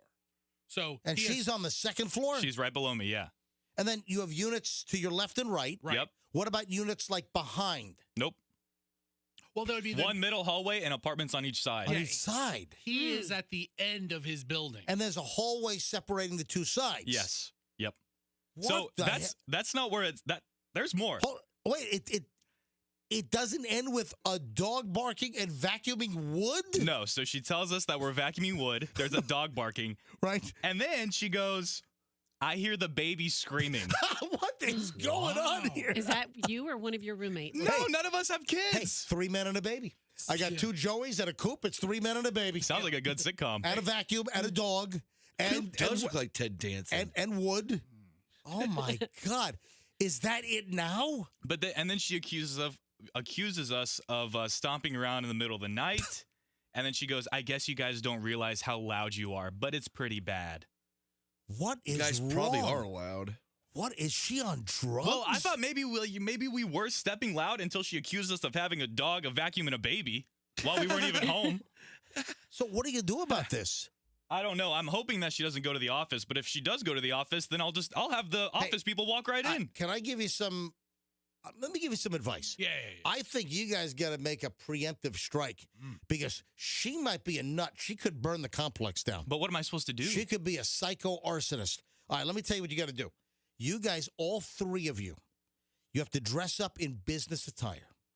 No, I'm Do you have kidding. business attire? No, I'm kidding. But all 3, I'm telling you, gather all 3. You guys need to go to is there a rental office or a management office? Yeah, there's a leasing All office. right, you got to go to the leasing office and tell them that the neighbor below you is psycho and that and show them the texts and let them know none of this happened. 0. You don't have a baby. You don't have a dog. I don't even have a vacuum. You don't have a Pratt & Whitney JT8D turbojet engine. Nothing. Dyson? Nothing. You don't have any. I think, listen, you got to make a preemptive strike on this thing. Why? Because if she complains about you guys are going to be behind the 8 ball. But if you go first, then you immediately set the tone that they can expect a mentally ill neighbor to come knocking on the rental office. I think you should wear Hal Herman's suit when you go see the rental office. Oh, yeah, that'll get the point across. Should we take calls on like psycho neighbors? I think there's a lot out there. I think maybe we should take some phone calls on this. Coop, do you not have a child at the house? No kid. Is Joey number 2 keeping a secret from you? Maybe Joey 1. Okay. All right, let's go to phones. You heard Coop's story. Folks, do you have any insane neighbor stories? Has anything happened between you and a neighbor, either currently, in the past, something from some time ago? If you've got a crazy issue with a neighbor, any kind of an interaction, an accusation, I can't even think of all the possibilities, but I'm sure we've got listeners right now that have had just nutso neighbor problems, arguments, fights, accusations, incident situations. 800-990-1047. If you have a crazy neighbor story, I want folks to top the Coop story. 800-990-1047. 800-990-1047 if you want to tell us a crazy neighbor story. Now, if you want to remain anonymous, let's say the neighbor is still out of their freaking mind and they live right next door and you don't want to use your name, just want to tell the story, or if you want to remain anonymous, that's fine. 800, oh my God, I don't even, every line. Yeah, Rox. Is there a possibility that this woman has a crush on Coop or one of the Joeys, and this is just a way to start the banter back and forth? Yeah, that's a hell of a way to do it. By accusing them of having children. Coop, what's she look like? He doesn't remember. They were drunk or something. Jeez, what are you? Right. You probably were loud and let's annoying. go to phones. Every single line. Crazy neighbor stories. Michelle in St. Pete is up first on this. Hello, Michelle. Welcome to the MJ Morning Show. Good morning. Oh, Michelle, can you hold on one second? I got to do this, the Trip a Day song real quick, okay? Yeah, Because, sure. if I get too late, then Ted, the program director, he says, MJ, Well, you know. All right, listen, you're making a joke. well. What? You have no idea how bent out of shape Ted gets. I over know. you being like 30 seconds late on the delivering. Oh, will you the- stop and just do it? Someone give him a Xanax, will you, please? No kidding. All right, so here's, Michelle, hold on a minute. The Trip a Day song, what did it say, Thursday? Yeah. Yeah, all right. The Trip a Day song today is Here I Go Again by White Snake. So the Trip a Day song, you'll win a 3-day getaway to the Hard Rock Hotel on Daytona Beach. We're going to play Here I Go Again by White Snake in the 2 o'clock hour today. When you hear it, be the 7th caller, you'll win the Q105 Trip a Day. Good luck from Q105. All right, Michelle, sorry about that. We interrupt the phone call to give you the promo. So, Michelle, what is your story? Good morning. Hey. So at an old place that I lived, there was a auto repair shop next door to the apartment complex. And said auto repair shop has a dog that wanders the little block, which is cool. I like animals, whatever. But said dog liked to defecate on my front steps. Oh, man. Oh. So I walked over and I asked the company to politely come and pick up their dog stuff. Right. Yeah. And- Thank you for saying stuff. I don't feel like I reaching stuttered over there. and pushing the dump button right now. Talking about a dump. All right, go ahead. They called me some other names that I also cannot say. Wait. Hang on a minute. So there's this auto shop next to your place. They let their dog wander all over the street. The dog is pooping on your front steps. You go over and say, hey, can you please stop this? And they start yelling at you? Yeah, there's been other problems, straight down to a grown man pulling his shirt off and chest bumping me like he wanted to fight. Whoa, what? Hold on. Creepy. The guy pulled his shirt off and then chest bumped you? Wow. Like, you know how men like to their chest, Yeah. like they're big, something big and bad? Yes, he did that. And for reference, I'm like 5 foot tall.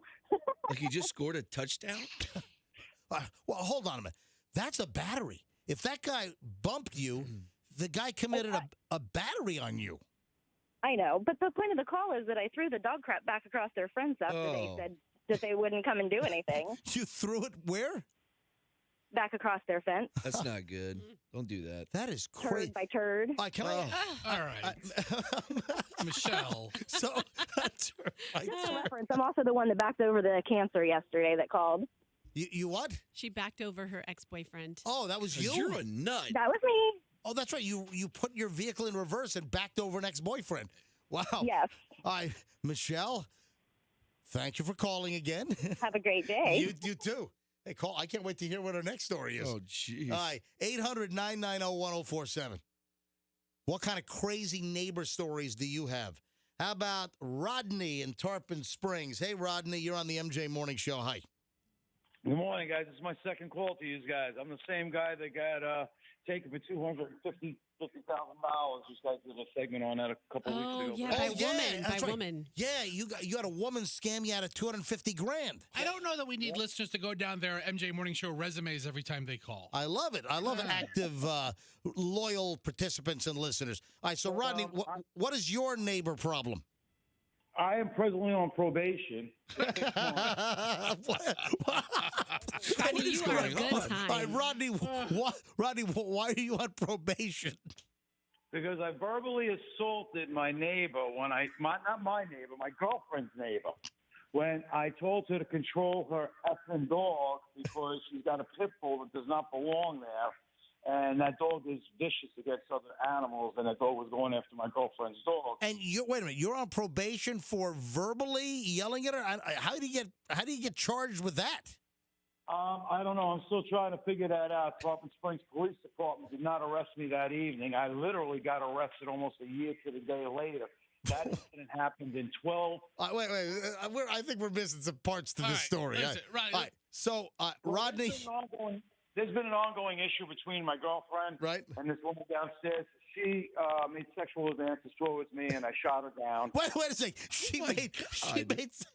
Rodney, you're a minute here. Yeah, you seem like such a catch, Rodney. Listen, my girlfriend knows about it because I told her about it. You know, I said, listen, what's the deal with your girlfriend, your neighbor downstairs? She keeps hitting on me, you know. She sent me, you know, so I don't, we exchanged numbers because I have a repair shop and she wanted me to work on her vehicle. Yeah, she has So something to work on. numbers. I didn't see no harm in that, but she never came to the repair shop for any work. But she did start text messaging me back and forth, and I asked her to please stop. I'm dating Ann. And I said, quite honest, I'm really not into white women. I don't date white women. I date, women of culture. And, You don't date white women. You date women of. Did you say women of culture? Yes. Well, yeah. Well, hold on. Do you mean women of color? No, he was. No, culture. My girlfriend's from Guyana. So like diversity. Okay. All right. Okay. But she's not. You can't consider African American. Is this what taking shrooms feels like? Is this? This guy's great. I think I'm on. I love this guy. Rodney. So what happened? So she messaged me. She wanted me to meet her at a hotel, and I think she was going to date me. And I shot her down. I was like, and then I had to block her from my phone. And it just went to hell after that. I mean, she started videotaping me. She started videotaping my girlfriend. Her and my girlfriend used to get into it.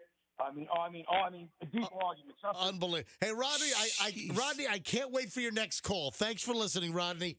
Wow. Talk to Rodney all day. I could. We only take listeners of culture here at the MJ Morning Show. Wanda is in Newport Richie. Wanda, do you have a neighbor from hell story? Oh, did I not hit? Yeah, I hit it. Where's Other way. I hit the wrong button. All right, hold on a minute. Hang on a minute. Yeah. All right, sorry, I hit the wrong one. Hey, Wanda, you're on the MJ Morning Show. Hi. Hi. Go ahead, Wanda. Well, I have the neighbors. I have 4 neighbors from hell. My God, you're fully surrounded. What's going on? I have 4 neighbors behind me. I have a neighbor behind me that's running some type of chop shop. Whoa. Hang on, wait a minute. The neighbor behind you, they're stealing cars and they're chopping them up for parts? No, motorcycles. They're stealing motorcycles and chopping them up for parts. They're rebuilding new ones and selling them. Nice. Okay, that's number one. What else is going on? And they're they're grinding from midnight till 6 in the morning. Oh my God. They're grinding from. Oh. Hey, what's their favorite dating app? Grinder. Grinder. Yeah, it's Grindr. Sure. Yeah, Grinder. Wow. It's like my college days. We're dealing with motorcycles here. By any chance, does one of the guys look like the motorcycle leather man from the Village People by any chance? They were grinding. Yeah. I don't even know what they look like. All I do is I hear this crap all night long. Wow. Yep, that's about it. All right, and then what else? I have a neighbor right next door to me. Somebody calls the cop on her for, I don't know, all the shit in her yard. And you can't say that. Wanda, we prefer to call it stuff in the yard. Stuff. Crap as well. Wanda, I got to move on. If you drop the S-bomb, I got to dump We're you. one and done on that. Yeah. All right, but listen, call back again and don't curse. All right, so Tammy's in Tampa. Hey, Tammy, you're on the MJ Morning Show. Hi. Hi, good morning. Love you guys. Thank you. All right, tell me about your neighbor from hell story. Well, I have 2. I have one that was, I don't know, pothead or something, because all they did is smoke up there, and it would come through the bathroom. I'd come home from work, and my son's like, Mom, I swear to God, it's not me. Yeah, that's a problem. So if you got a neighbor, if you're in an apartment and you've got a neighbor and they're just puffing on pot all day long, it's coming through the walls, it's coming through the floor. Listen, did I tell the story in New York? In the brownstone that we lived in New York, one of the places that we had the upper 3 floors, and then there was an apartment below. And the place would reek of marijuana. It was like, oh my God! And we're trying to figure it out. So I got a hold of the neighbor downstairs. I'm like, hey, dude, do you have any idea where the marijuana is coming from? And nope. No idea. But he's like, yeah, I smell it too. He was a French dude, right? Sebastian. And listen, Sebastian was a nice guy. I didn't really have any problem with Sebastian, but our place reeked of marijuana. It's like, oh my God, Julian and Chloe, they're like, Dad, where's this coming from? Michelle's like, oh, it was really bad while you were at work today, blah, blah, blah. So And Chloe really pulled a hoodwink on you guys. And so I go downstairs and I ask him, hey, and he's like, no, we've been It wondering. wasn't me. He's like, we've been wondering the same thing. We don't know where the marijuana smoke is. And then, like a couple of weeks later, it was like horrifically bad. It was like, my God. And I go downstairs, I knock on the door, and no one answers, and I had this feeling that somebody was behind me. So imagine those old brownstones in New York, like built in the 1890s. That's where we were. And you walk up the steps. You walk up, if you watch Law and Order, all those brownstones, they walk up the steps. You got the double doors. And then underneath the steps, there's typically another door to another way to get in or another apartment. So I go underneath our stairs to knock on their door, and no one answers. And I'm like, I think someone's behind me. So underneath the stairs, there's like an alcove. He's behind me because I'm like, my God, the marijuana smell is unbelievable. And he's right behind me. Wait, it was Sebastian? It was Sebastian right behind me with a big fat doob in his mouth. Yeah. Monsieur Todd, Yeah. you caught me in the table. What are you going to do now, my friend? Hey, Sebastian, if you listen to the podcast, I hope you and your significant other are doing well. All right, That was good, Rox. Roxanne, one person makes a joke at a time. I can do a French accent. You should have done it first. All right, do it again.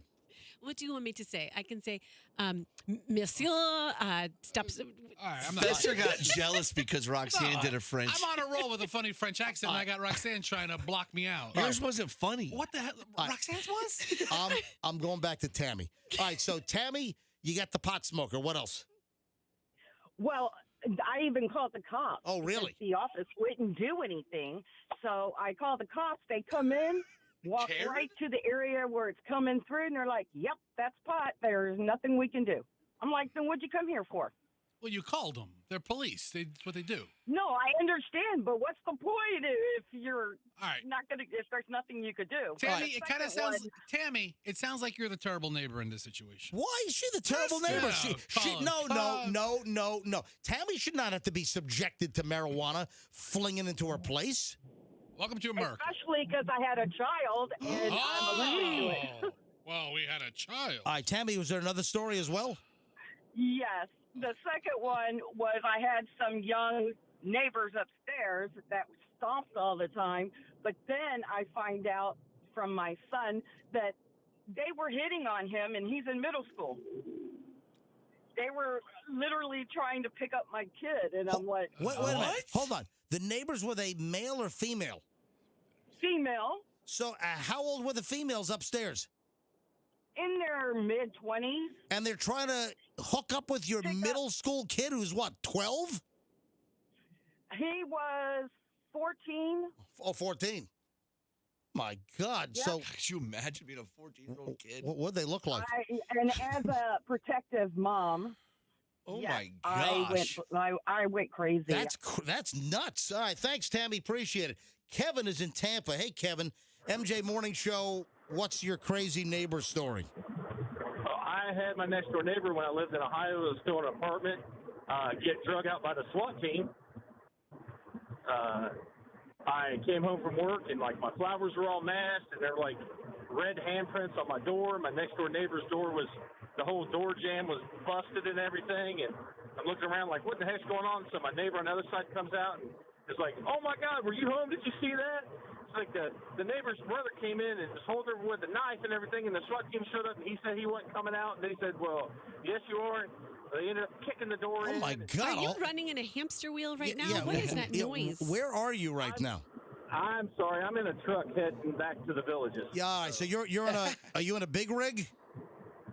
No, I am in a large box truck. Oh, gotcha. No, that's all right. All right, so big old SWAT problem at your place. Yeah, so they're dragging him out, and apparently he grabbed my door, tried to go in my apartment. Oh, and God. Got bloody handprints all over my door. Oh, jeez. Did anyone clean up the blood, or you had to clean up your own blood? No, actually, the apartment complex was cool. They sent someone to clean it all up. My poor dogs were at the top of the stairs shaking like a leaf. Oh, my God. Hey, Kevin, thanks for the story. Coop wants me to grab 4, which is, Anonymous. Hello, Anonymous. Welcome to the MJ Morning Show. Do you have a neighbor from hell story? I wouldn't necessarily call him from hell so much as I would say that he has a fetish porn website. So, How do you know that your neighbor runs a fetish porn website? so we live in a really small community with like lots of kids. So whenever anybody new moves in, we do Google searches on them. And sure enough, we did a Google search on him and his website popped up and business. And we were completely horrified. I mean, we are a neighborhood of like tons of kids and we're like, why does this guy want to move in to this neighborhood? Do you mind me asking, what county is your neighborhood in? I will be glad to divulge off the air, but not on the air. No. Just I'm not asking for the little town, but what county are you in? Manatee. Okay, Manatee County. What was the fetish? So. Well, hold on. Is it safe for broadcast? Look at Roxanne wanting to know what the fetish is. Because you like latex. That's your thing, right? Oh, my God. Yeah. So I'm kidding. So weird. That is weird. Latex. I don't know. Full body latex with zipper mouth. All right. So can you say it? A zipper mouth. All right. Hold on. Anonymous, can you say what it is cleanly on the air? Well, yes, I think it definitely could. But, I mean, the premise is, like, kind of like drugging women and whoa. Oh, my God. That's horrific. Yeah. Weird. It's like weird stuff. Is he still there? Is that a genre? Yeah. That's why it's anonymous. Yeah, he's actually president of the HOA. My God, that's creepy. All right, well. You close, Fester. Look, you got to laugh. Hey, Anonymous, thanks for calling. Thanks. Bye. All right, another Anonymous, but this time we have a geographical location. We've got an Anonymous in Riverview. Hey, Anonymous, Riverview, you're on the MJ Morning Show. We're talking about neighbors from hell. What do you have? We got in a little bit of an argument with one of our next door neighbor, and the next morning we woke up and he had painted on the side of his house like graffiti, like "F you suck." On his own house. He vandalized his own. He vandalized his own house to get back at you. It's a really nice house. It's a nice house, and he paints profanity on his own house aimed at you. And he painted over it, but you can still kind of see it. All right, thanks for the call, man. That's. Let me just grab a couple more. It's a nice house. Man, the phones are not stopping on this. Angela's in Plant City. Angela, do you have a neighbor from hell story? Yeah, so hi. I had just gotten back from the hospital with my son, and my boyfriend had spent the night when I got back. And my neighbor calls me, and she's like, Angela, I have some bad news. I backed up into your boyfriend's truck. Just let me know how much it is, and I don't want to go through insurance. And I said, okay, no problem. So that Monday I happened to be off, and I went and got a couple estimates, and it ranged anywhere from like $800 to $1,600. Wow. And she was like, absolutely not. I'm not paying that. You know, it's just a little dent. I'm sure it can be rubbed off for $50. And I said, it's a brand new truck. And where the damage was is why it was so expensive. Well, long story short, she had me go to 4 different estimate places, was refusing to pay for it. She wanted me to go to her little podunk mechanic and have him just rub it out. And I was like, absolutely not. I ended up getting our insurance company involved, and I told them, I said, she's going to try and bamboozle you. She's going to act like she's a little old lady who doesn't know what happened, and so on and so forth. And I said, all I need you to do is get her insurance information, because she refused to give it to me. And I'm like, okay. So they call her, and she also happened to be my landlord. And great. From that moment on, my life was a living hell. She refused to give us the insurance information. Finally, I ended up taking it to the dealer. And since the insurance company knew about it, they had told her, if you don't pay for it, we already now have all your information, and you will have to go through your insurance. Wow. And it was like a 3-month process for her to finally pay for it. And it all ended up okay, but I ended up moving out because she was just like, listen, that's not worth it. Yeah, I mean, just get out of there. Find something else. I know these days it's a little tough to find a place. Hey, thank you, Angela. I appreciate it. All right, let me grab Christy in Riverview. I got to wrap this up because we got to get into that. Did you see that Wheel of Fortune disaster? Yeah. We got Another Wheel of Fortune story? Oh, there's another Pat Sajak Wheel of Fortune contestant story that's unbelievable. I played it for Michelle last night, and she's like, what morons do they have on this show? Hold on. Get to that in a second. Let me grab Christy is in Riverview. Hey, Christy, welcome to the MJ Morning Show. Hi, good morning, guys. Morning. I literally had the neighbor from hell because she was a witch. She practiced Santeria. This was down in Miami.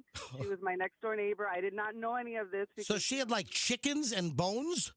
Well, she threw away stuff in the trash that looked like chicken and bones and weird coconuts. And the reason why I figured this out, I mean, she was a very nice woman.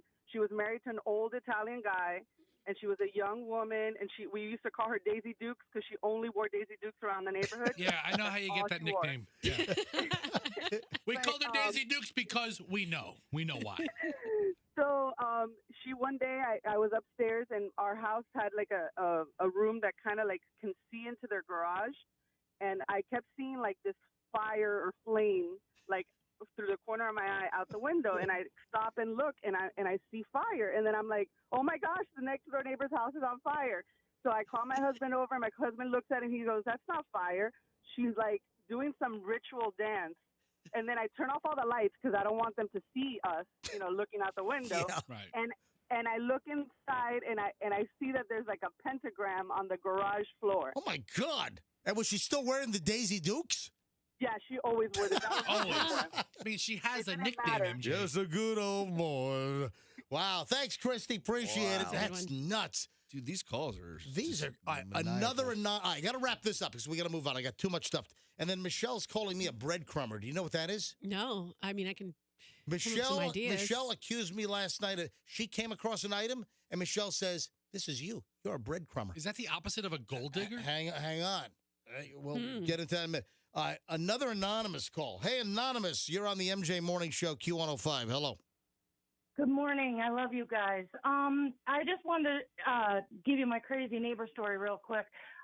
We have a gentleman that lives across the way, and he screams and hollers all the time. And we found out that he is screaming at his TV. He watches TV, and he drops the F-bomb and MF and all that. Do you have any idea what he's watching that's causing him to yell at his TV? Is it like Rachel Maddow or Tucker Carlson or something? News. It's probably what it is. I don't know. It's just that he does it all the time. My husband and I were watching TV one night, and it was so loud. We called the cops thinking something was wrong.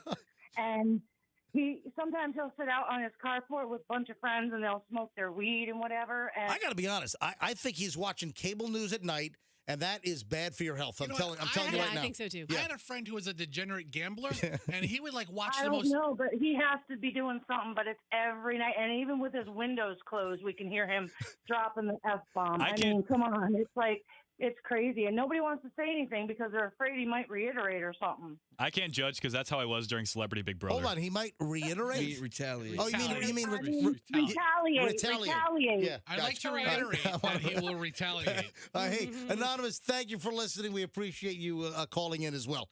All right, do I need to take this last one? Yeah, take it. Yep. This is Amanda. Oh, in Richmond, Virginia.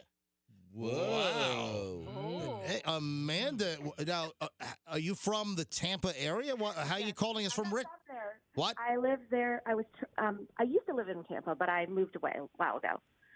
But I found out you guys were back on, and I was so excited. Awesome. Yeah, we're better than the Q94 morning show up there.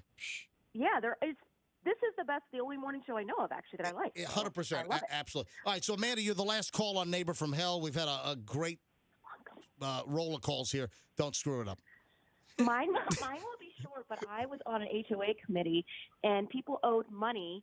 And so instead of just paying their money, they would actually call animal services on me and try to get my animals taken away. My cat, if they found it outside, they would call animal services on me because they owed money and they did not want to pay.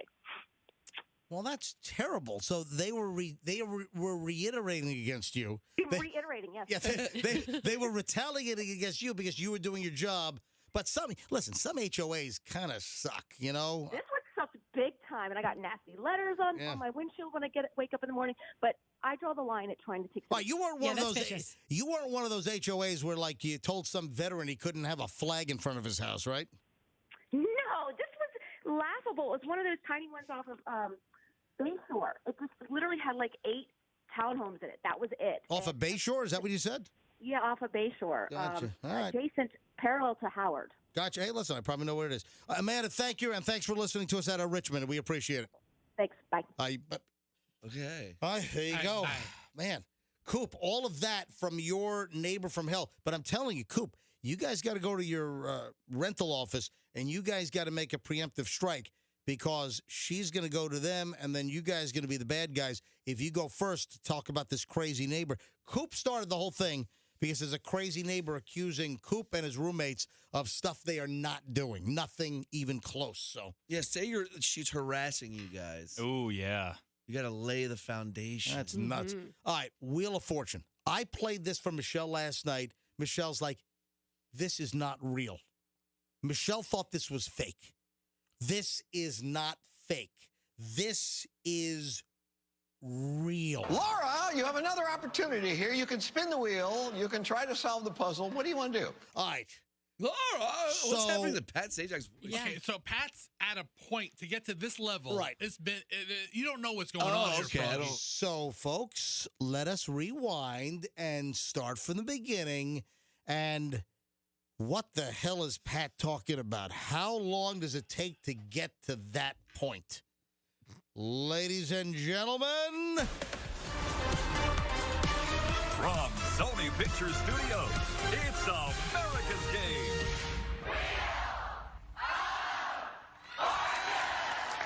What the heck was that? I don't like that. Is that the Coop? Is that the current one? That's the new one, yeah. We need the one with the. Oh, we have both. Yeah, give me the old one. No. Yes. That's it.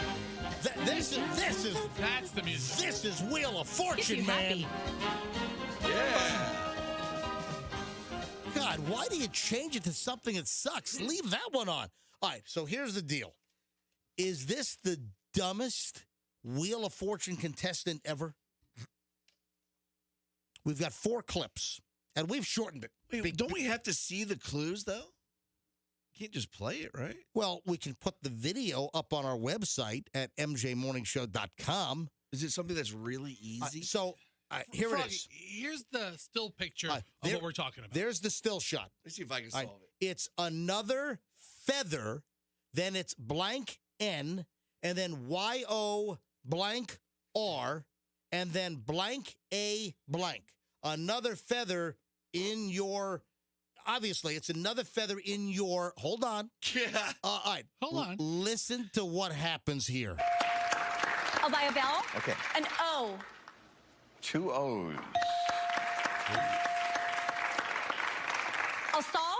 Okay. Another feather in your hat. No, that's not the saying. It's not another feather in your hat. There's already H's and T's on the board. Oh, yeah. Yeah, exactly. Yeah. So if there was an H, it would have been there. Then it gets worse. Laura, you have another shot at it. You can spin the wheel or try to solve the puzzle. I'll solve. Okay. Another feather in your lap. No. What the? I like how you said, What the hell? No. This is great. All right, it's not over yet. Laura, you have another opportunity here. You can spin the wheel. You can try to solve the puzzle. What do you want to do? Go ahead and spin if you don't know. I'm going to go ahead and yeah, spin. Don't get buzzed out here on time. Are you kidding me? Well, what letter would you like? A P? No! Yes, there's a P. P. Spin or solve. I will solve. Okay. Another feather in your map. What? Another feather in your map. Oh my gosh. I mean, are they suffering in the ratings and this is like a big prank to get people to talk about Wheel of Fortune? Roxanne, this is is real. This is the people playing the game. They just record the shows. What the hell? This is all, she's real dumb. So she doesn't get it. Another contestant. And by the way, we've shortened the whole thing because there was all kinds of like loser turns and bankruptcies in between with the other contestants, and they keep coming back to this dopey lady. All right? Another feather in your hat, in your lap, in your map. So this is the same lady. Yes, it goes around. The other people keep losing. Yeah, they keep getting bankruptcies and loser turns. And all right, here's the final clip. Thomas, you have no money. I don't know what you're going to spend. I'll spend. Oh, my God. So what letter would you like? A C. Is there a C up there anywhere? There you go. You want to solve this? Yeah, I'll solve. Another feather in your cap. Yeah, there you go. Holy frigamoly. Oh, man. So Michelle. Poor lady. Michelle was watching this with me last night, and she's like, this cannot be real. It's real. I don't know. Maybe they...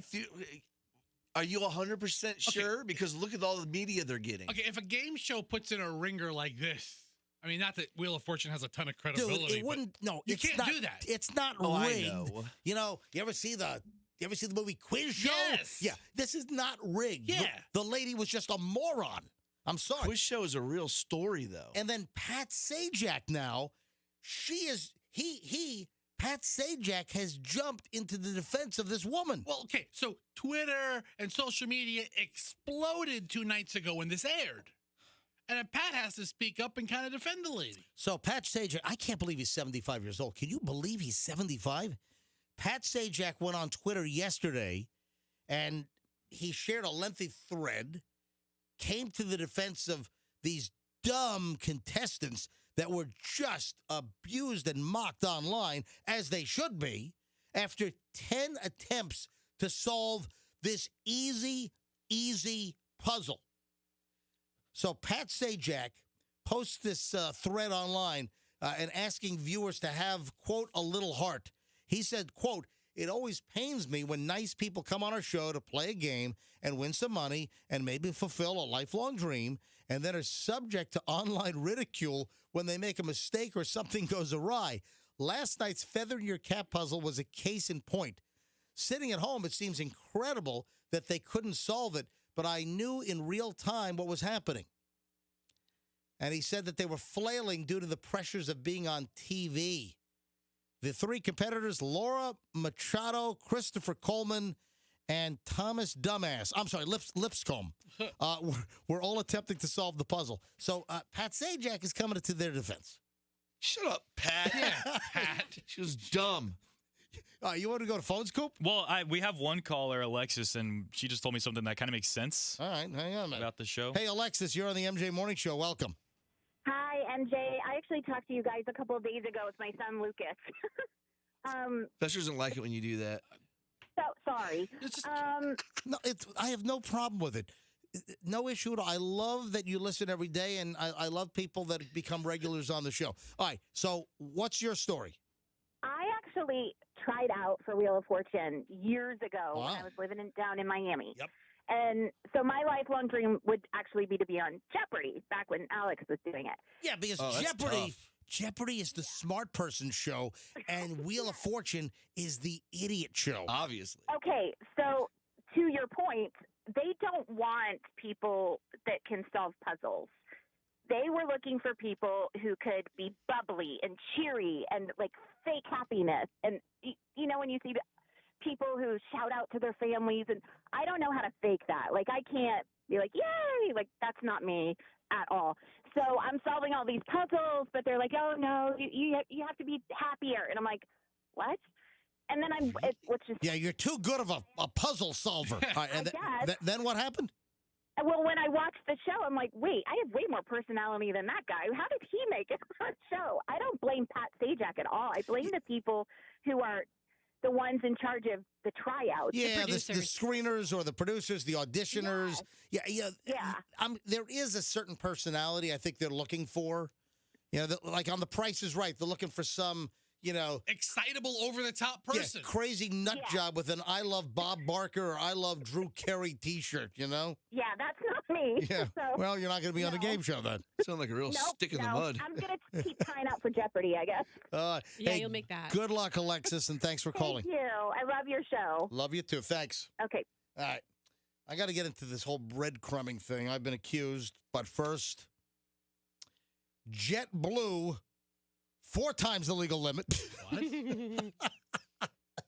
Who just That's said, amazing. Who just said what? I said what? JetBlue. Do you not know this? JetBlue 4 times. Is it somebody's named Jet? Oh my God, Fester. Jet. I'm obviously making a joke, Okay. a word joke here. All right, hold It was on. a joke. JetBlue, 4 times the legal limit. And So, it wasn't. All right, the So airline almost is dead. called what? Oh, JetBlue, the airline. JetBlue. Oh. And if I say JetBlue, 4 times the legal limit, Somebody was drunk. yes. Someone on the plane. Who do you Neighbor Jet. Who do you think was drunk on a plane? Somebody named Jet. The pilot? The baggage handler? The stewardess? Well, you guessed pilot right off the bat. Yeah. I think the obvious early guess would have been a passenger. Well, why would it be JetBlue? Because you blow into the breathalyzer. Blew, the past tense of blow. Jesus, Fester, you stroking out. What's the matter with you? Why is everything a stroke joke? That rhymed. It did. All right, so the pilot was drunk. Yes, Fester, your first guess. The pilot was drunk. He was almost dead. No. Well, 4 times the legal Well, limit. no, because Let's do the math. No, because it's not for a pilot. It's not the typical point. It's not the Oh. .08. Oh, okay. You just can't have any alcohol? Well, the threshold, according to the FAA, on the amount of alcohol that a pilot's allowed to have in his system is much lower. It's Gotcha. half. So, but I don't want a pilot that's flying my airplane. I don't want the pilot to have any alcohol in their system. So this is a crazy story. A JetBlue pilot was yanked out of the cockpit just before pushing back and taking off at the Buffalo Airport up in upstate New York. This was yesterday. Yesterday, a JetBlue pilot was yanked out of the cockpit. His blood alcohol, when they tested him, was 4 times the legal limit to fly. So if he was 4 times the legal driving limit, that would be what, a .32, right? Because 8 times 4. Right, and when you're approaching that 0.4, I think you're pretty. Well, I think that if you're a 0.2, I think you're pretty screwed up. But this guy was 4 times the legal limit to fly. Now, the legal limit to fly, according to the FAA, is .04. So if he was more than 4 times the legal limit, that would be 4,444. It would be 16. A .16. He was a .17. So he was just over the legal limit to fly, which again, that would be twice the legal limit, a little more than twice of operating a regular car. So for a car, it would be .08.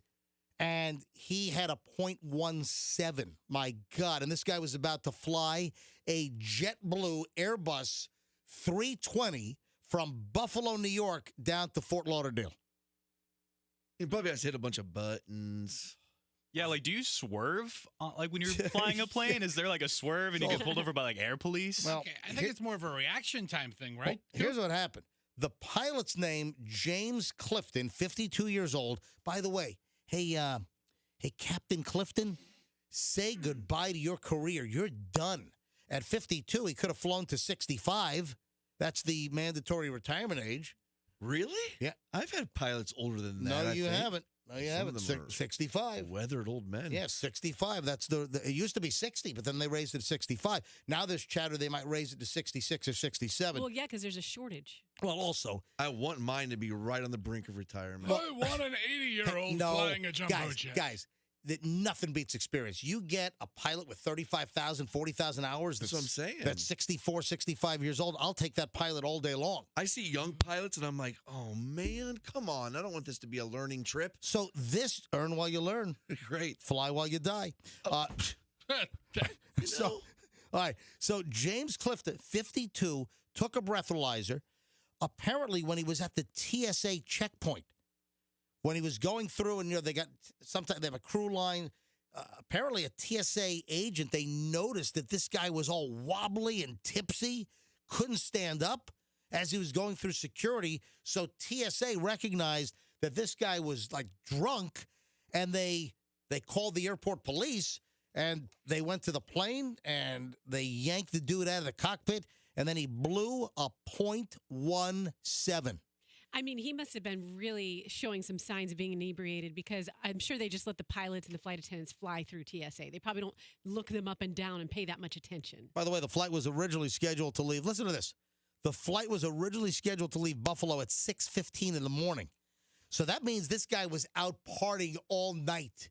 This guy was, for him to show up at the airport at 6 o'clock or 5:30 in the morning, and he is in the cockpit at a .17. This guy must have been pounding him back all night. Yeah, he was drunk from the night before. Yeah, he was like Denzel Washington in flight. My God. So the plane was delayed 4 hours, 10 minutes. Finally arrived in Fort Lauderdale at 1:10 p.m. yesterday. That is nuts. Anyway, JetBlue with the typical response: the safety of JetBlue's customers and crew members is our first priority.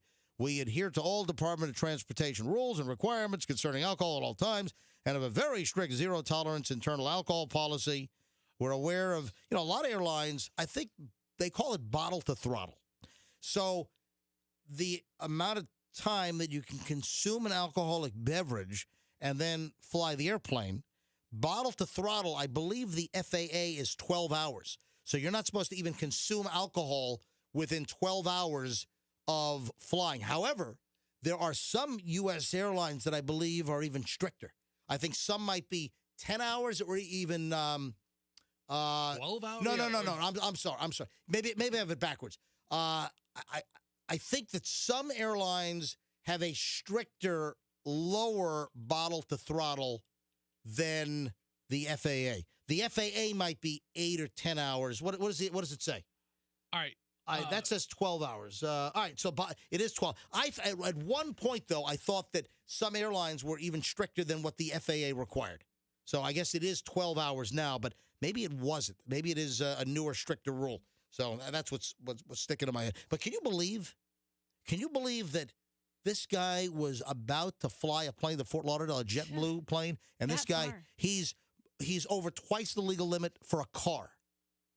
That is insane. Okay, so FAA is 8 hours, and is that what it? Okay, is that what it is? United just made theirs 12 hours. Okay, so that's I was right. And by I mean like 3 years ago. All right, so 8 hours. The FAA says 8 hours.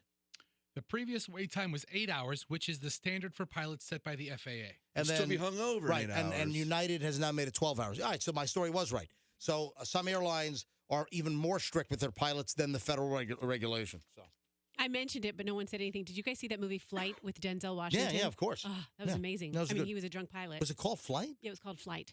Well, I remember seeing Is the that movie. when the plane was upside down, that fake story? Yes. And it hit like a church steeple or something? Yep. Yeah. And he saved him, but he had some stuff in his system. Yeah. Hey, so Michelle is accusing me of being a breadcrumber. That doesn't sound like a compliment. It's like all I can think of is Hansel and Gretel. Yeah, that's exactly what I was going to say. Yes. When Michelle and I take hikes in the forest, eaten by a witch. I bring some bread. I leave crumbs on the forest floor to make sure we can get back and not get lost in the forest. Hello? So I'm a breadcrumber? You are. Where do you come across this? Where did this story come from that you handed to me last night and said, this is you, you're a breadcrumber? Where'd you find this? Popped up in my feed. How to tell if you're being breadcrumbed in a relationship, friendship, or at work. So what is Michelle, would you like to explain to the audience why you're calling me a breadcrumber and what a breadcrumber is? You know, when you dangle out like a, would you like to do something, or would you like, and then shortly thereafter go, oh no, I don't feel like that. No, or you somehow remove that little option or offer, and you do it all the time to me and the kids. Confused. I'm just a horrible human. You're going back on things? Let me Would you read. would you like to go to dinner tonight? Hey, would you like to go? Would you like to go out to dinner tonight? And then when it comes around 6 o'clock, oh, I'm tired. Oh, I don't think we're going to go to dinner. So you just back out of things. Or how about, all those times when I've visit you, hey, you want to go to Disney World this weekend? Oh, no, I can't. I've got stuff to do. No. So it sounds like you like making plans, but you don't like to follow through. Exactly. Thank you, Roxanne. Thank you. Here's the deal. I'm going to read from the story now. Breadcrumbing is a subtle manipulation technique used to create a one-sided relationship. Here's how to spot it. All right, there are a few things worse than being disappointed. You get really excited. Suddenly the excitement evaporates. Or in a new relationship, you thought you were really gaining traction. It vanishes into thin air. So breadcrumbing involves leading someone on and keeping their hopes up through small and superficial acts of interest. A breadcrumber might be flirtatious, complimentary, or seem engaged at first, but will ultimately end up disappointing you with empty promises and emotional abandonment. That's great. So you're married to me for 27 years, and I'm a breadcrumber? Oh, yeah, you're a regular chicken cutlet, man. Michelle, he said a breadcrumber is did you say a subtle manipulation? Because I think your manipulation is anything but subtle. You're quite the deliberate manipulator. Thank you, Fester. You know when MJ is manipulating a situation. Yeah. There's no subtlety about it. So hey, while I have you on the phone, I don't think I'm a breadcrumber. The one time I said to Michelle, was that in West Palm when we were over there? So, all right, when Michelle was still living in Virginia, before we got engaged, right?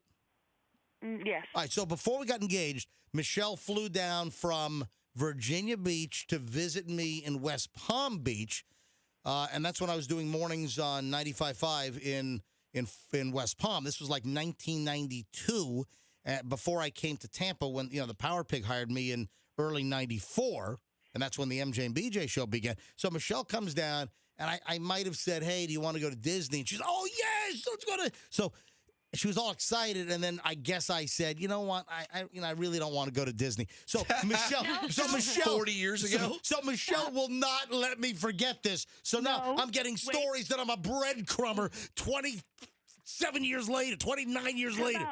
Excuse me. Yeah. How about the time when I came to New York City to visit you all those years ago, and you were like, hey, maybe this weekend we'll go to the Statue of Liberty, and I was like, oh, that sounds really cool.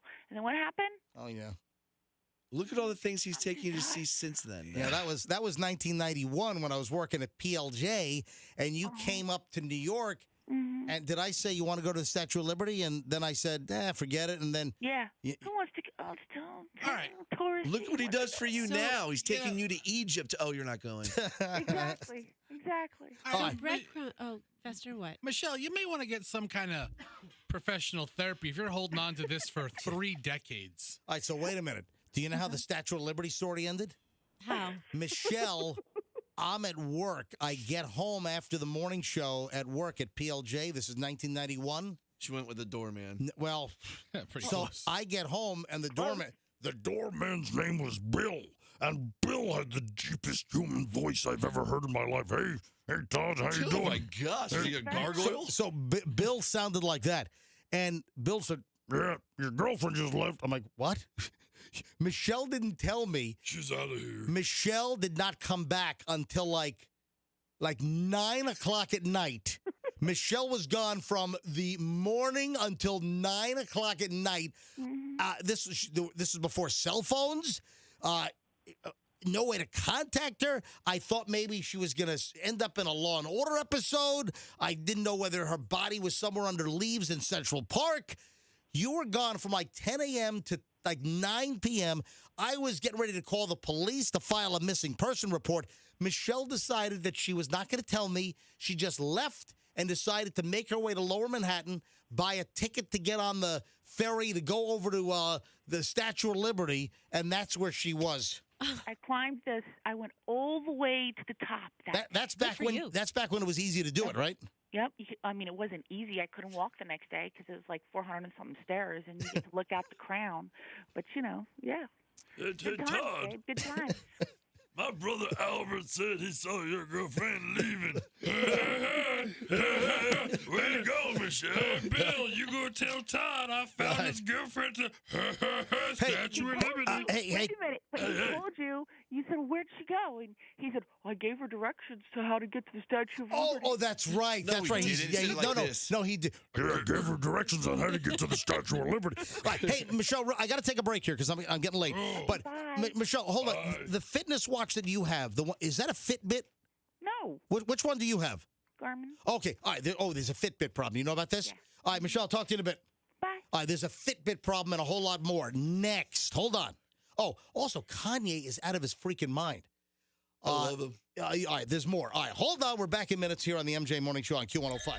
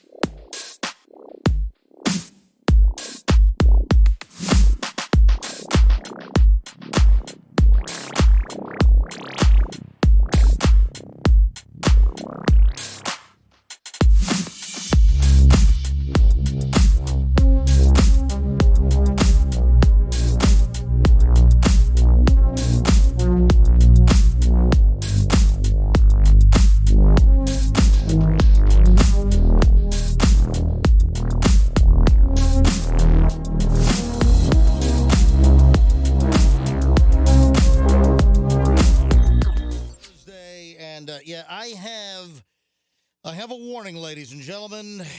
Yes, I do. Ladies and gentlemen, warning. Warning. Warning. All right, very important. If you're a Fitbit wearer, I don't want your Fitbit to burn your wrist to the ground. Fitbits are catching fire? Well, here's the deal. Professor, I don't know. I don't think you have a Fitbit. Yeah, I do not have a Fitbit. I think that's a safe bet. Professor has no Fitbit on his wrist. Roxanne, do you have a Fitbit? No, I do not. You don't have one of those little fitness watches? No, I don't. I don't think anyone. I don't have one. No. Coop, do you have a Fitbit? I don't have a Fitbit. I have an Apple Watch.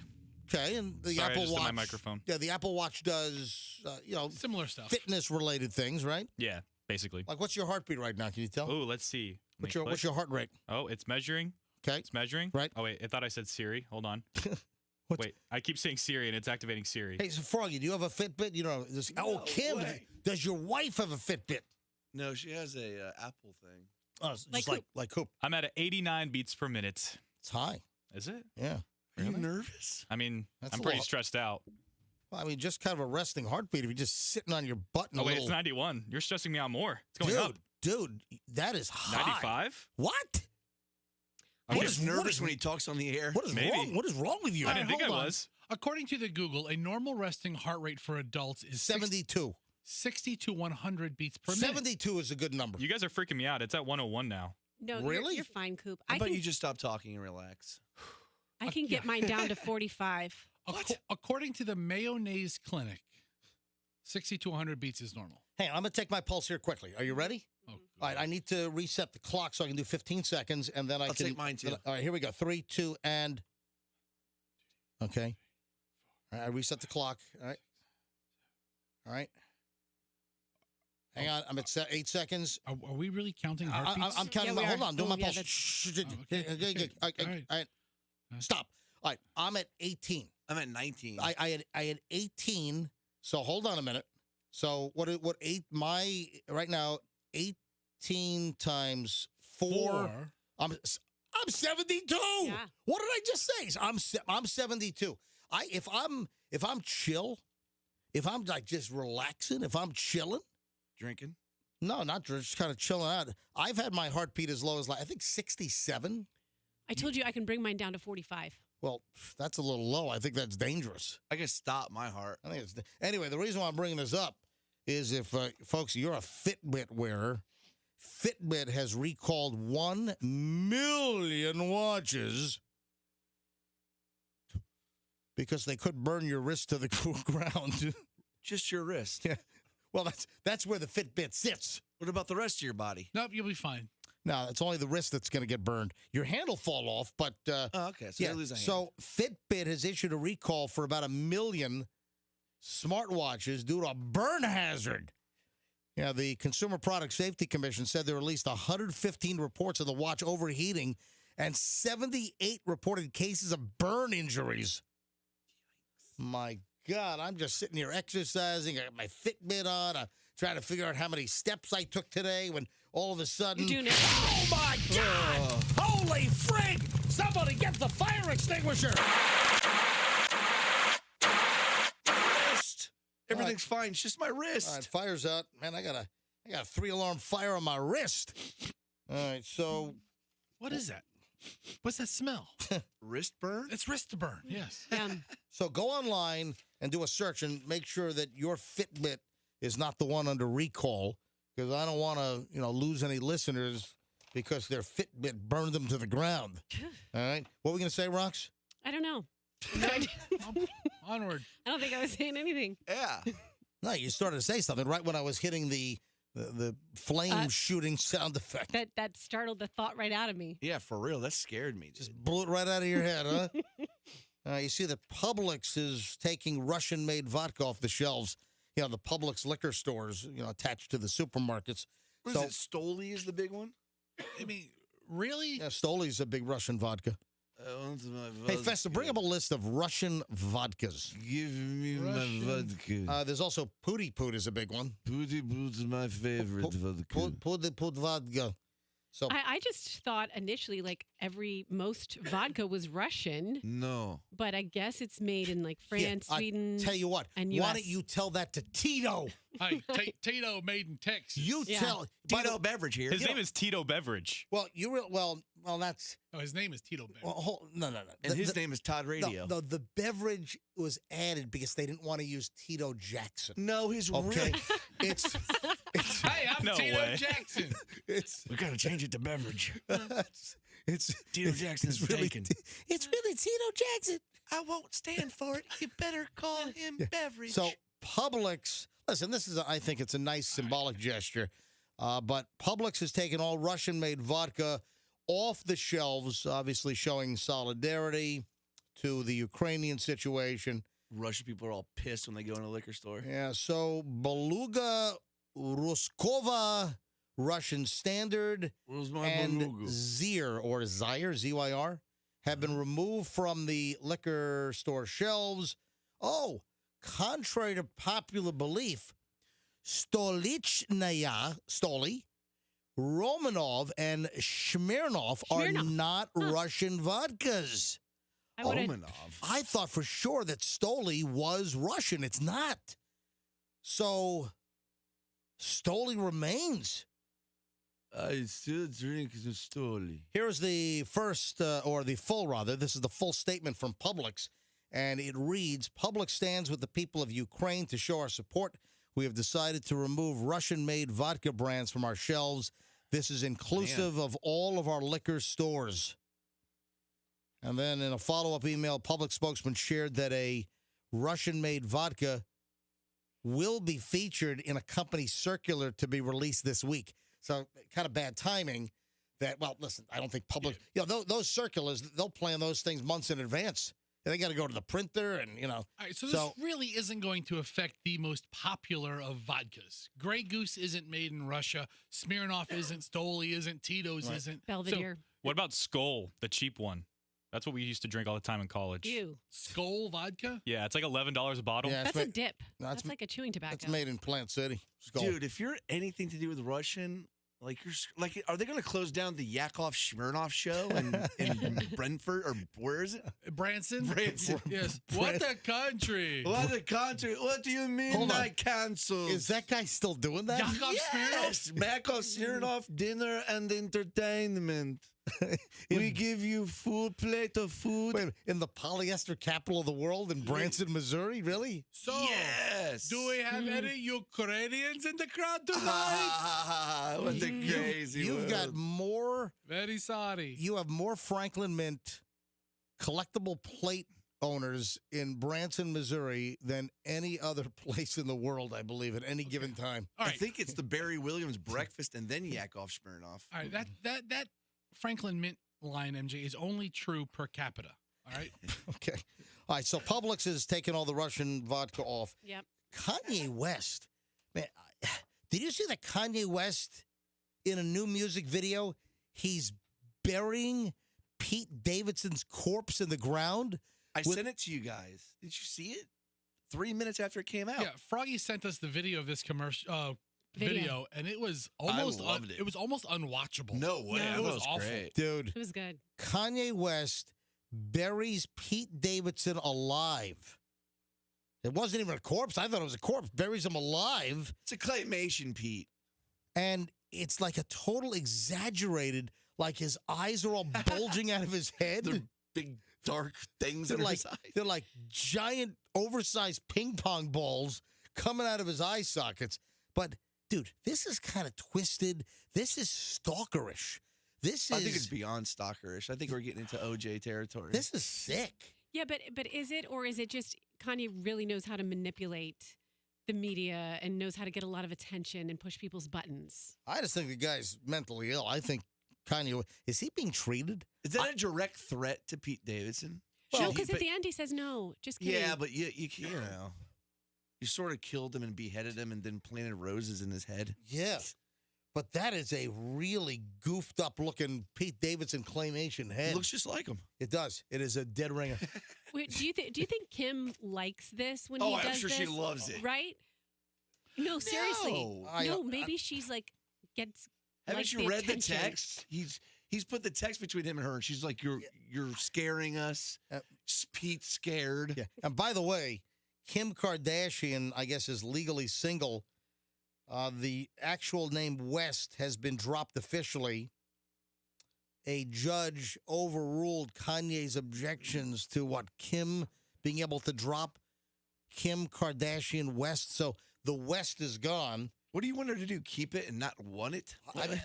Hold on. If she wants to drop West, why can't she keep? Yeah, why can't she drop West? No, you're not allowed. I will now go with another direction. I got to understand this. Magnetic North. Los Angeles Superior Court Judge Steve Cochran granted Kardashian's motion seeking the legal status.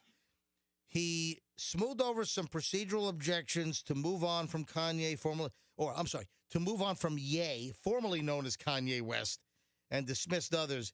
So, what, a judge had to agree to formally drop West? Because that would be what, on the marriage certificate? Right. That it's Kim Kardashian West. Yeah. So now the West is officially legally chopped Yeah, off. get your name changed. And Like women Pete do it all Davidson's the time. head. Yeah, you have a legal name. So if she took it, then she has to legally drop it. I guess. It's a pain to get a new driver's license and all that. Go to the DMV. It takes, 5 hours. Tell us about it, Roxanne Wilder. All right, so which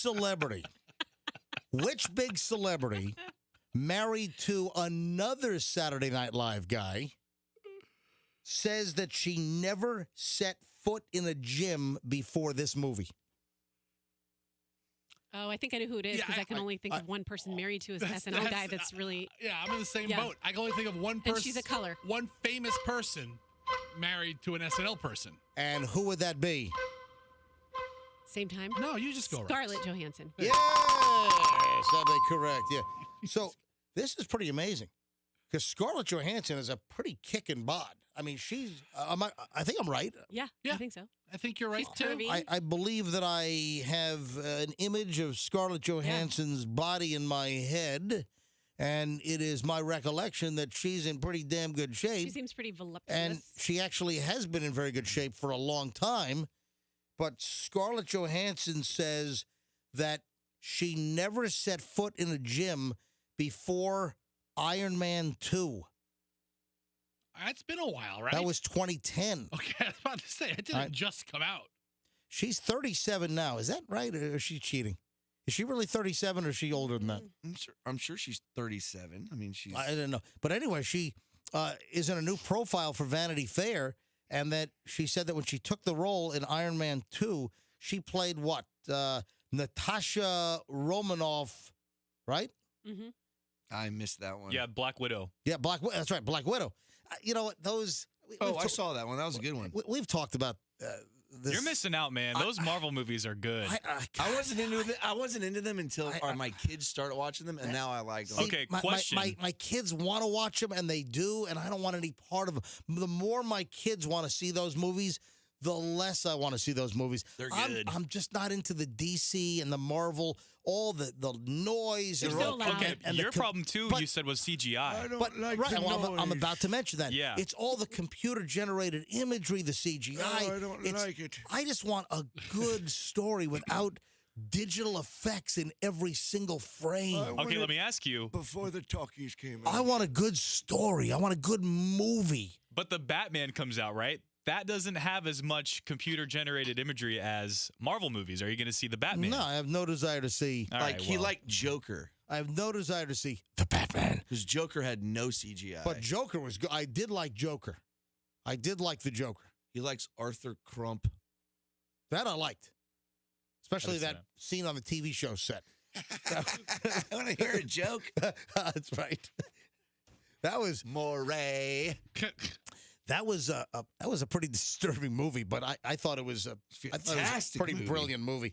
Is this true that if you sign up for Peacock, you know, the NBC subscription service, Yeah. if you sign up for Peacock and if you look inside their terms of service agreement, do you know what they have hidden in their terms of service agreement? What? I got the cock right here on my phone. I told you this the other day. I just dumped that.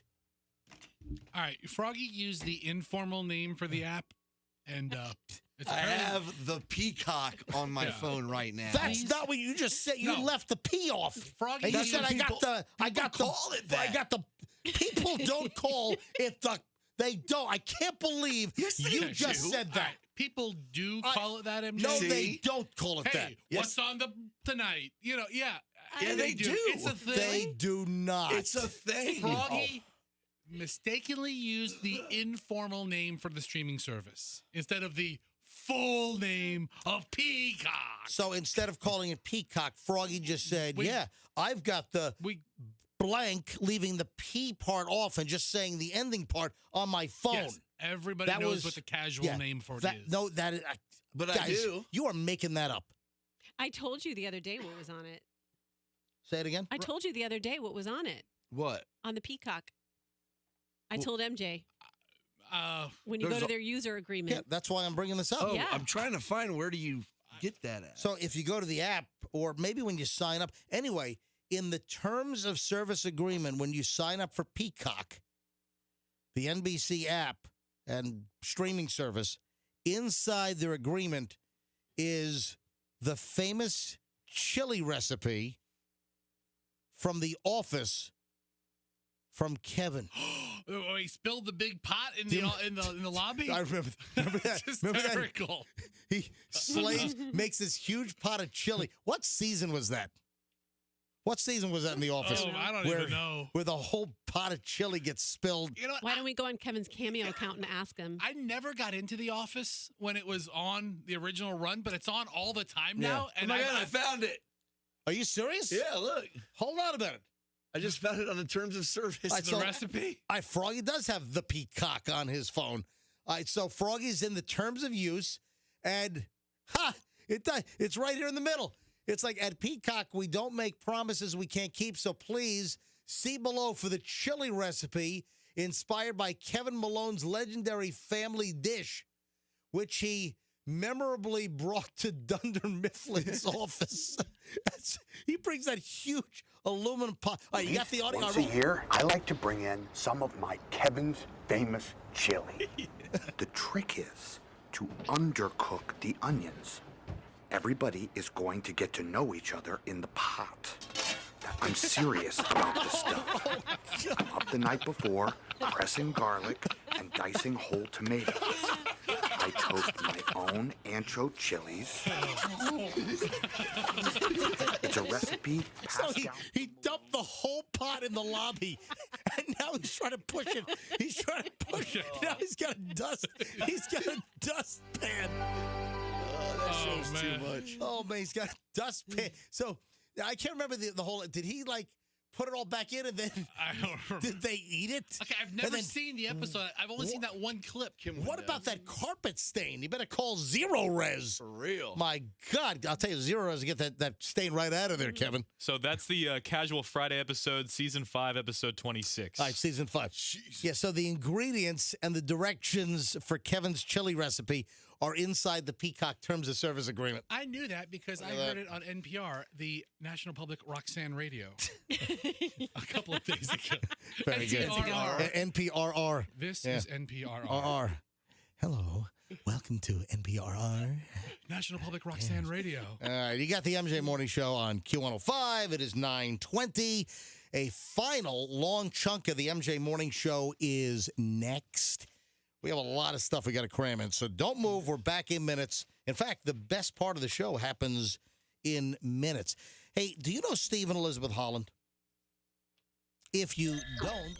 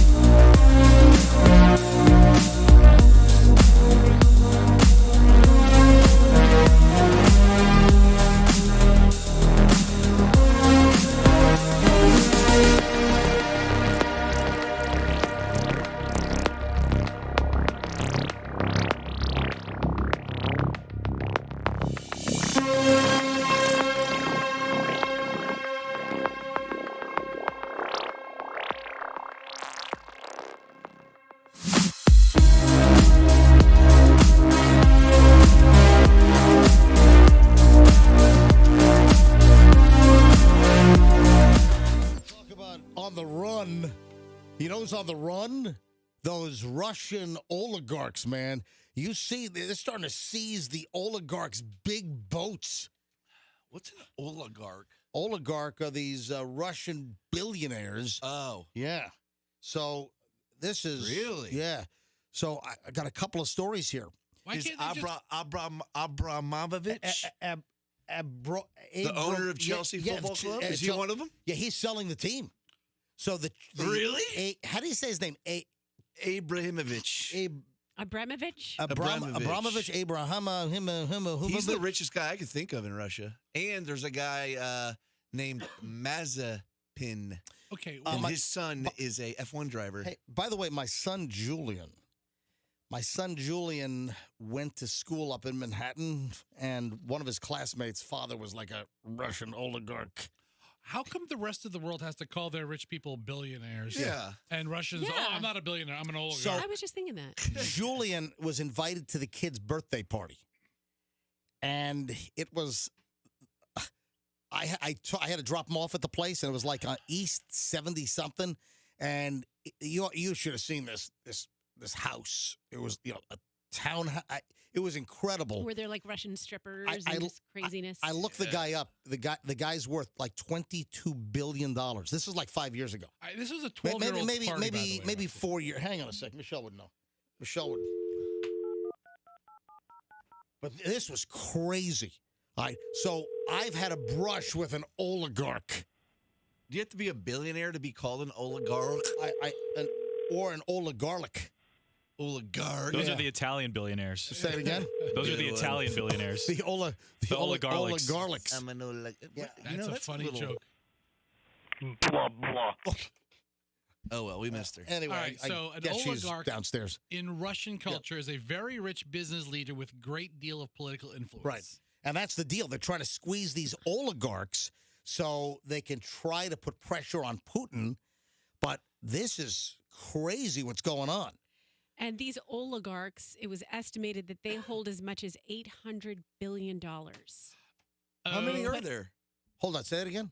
It says that an estimated $800 billion is held by these wealthy Russian oligarchs. Yeah, I mean a ton of money.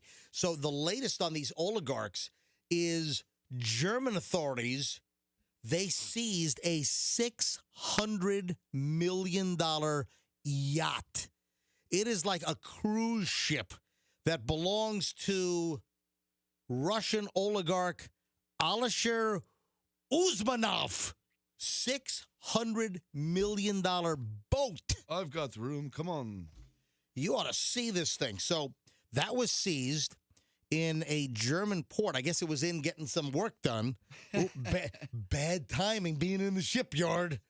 Get some bad timing. His 500-foot mega yacht. It's called the Dilbar.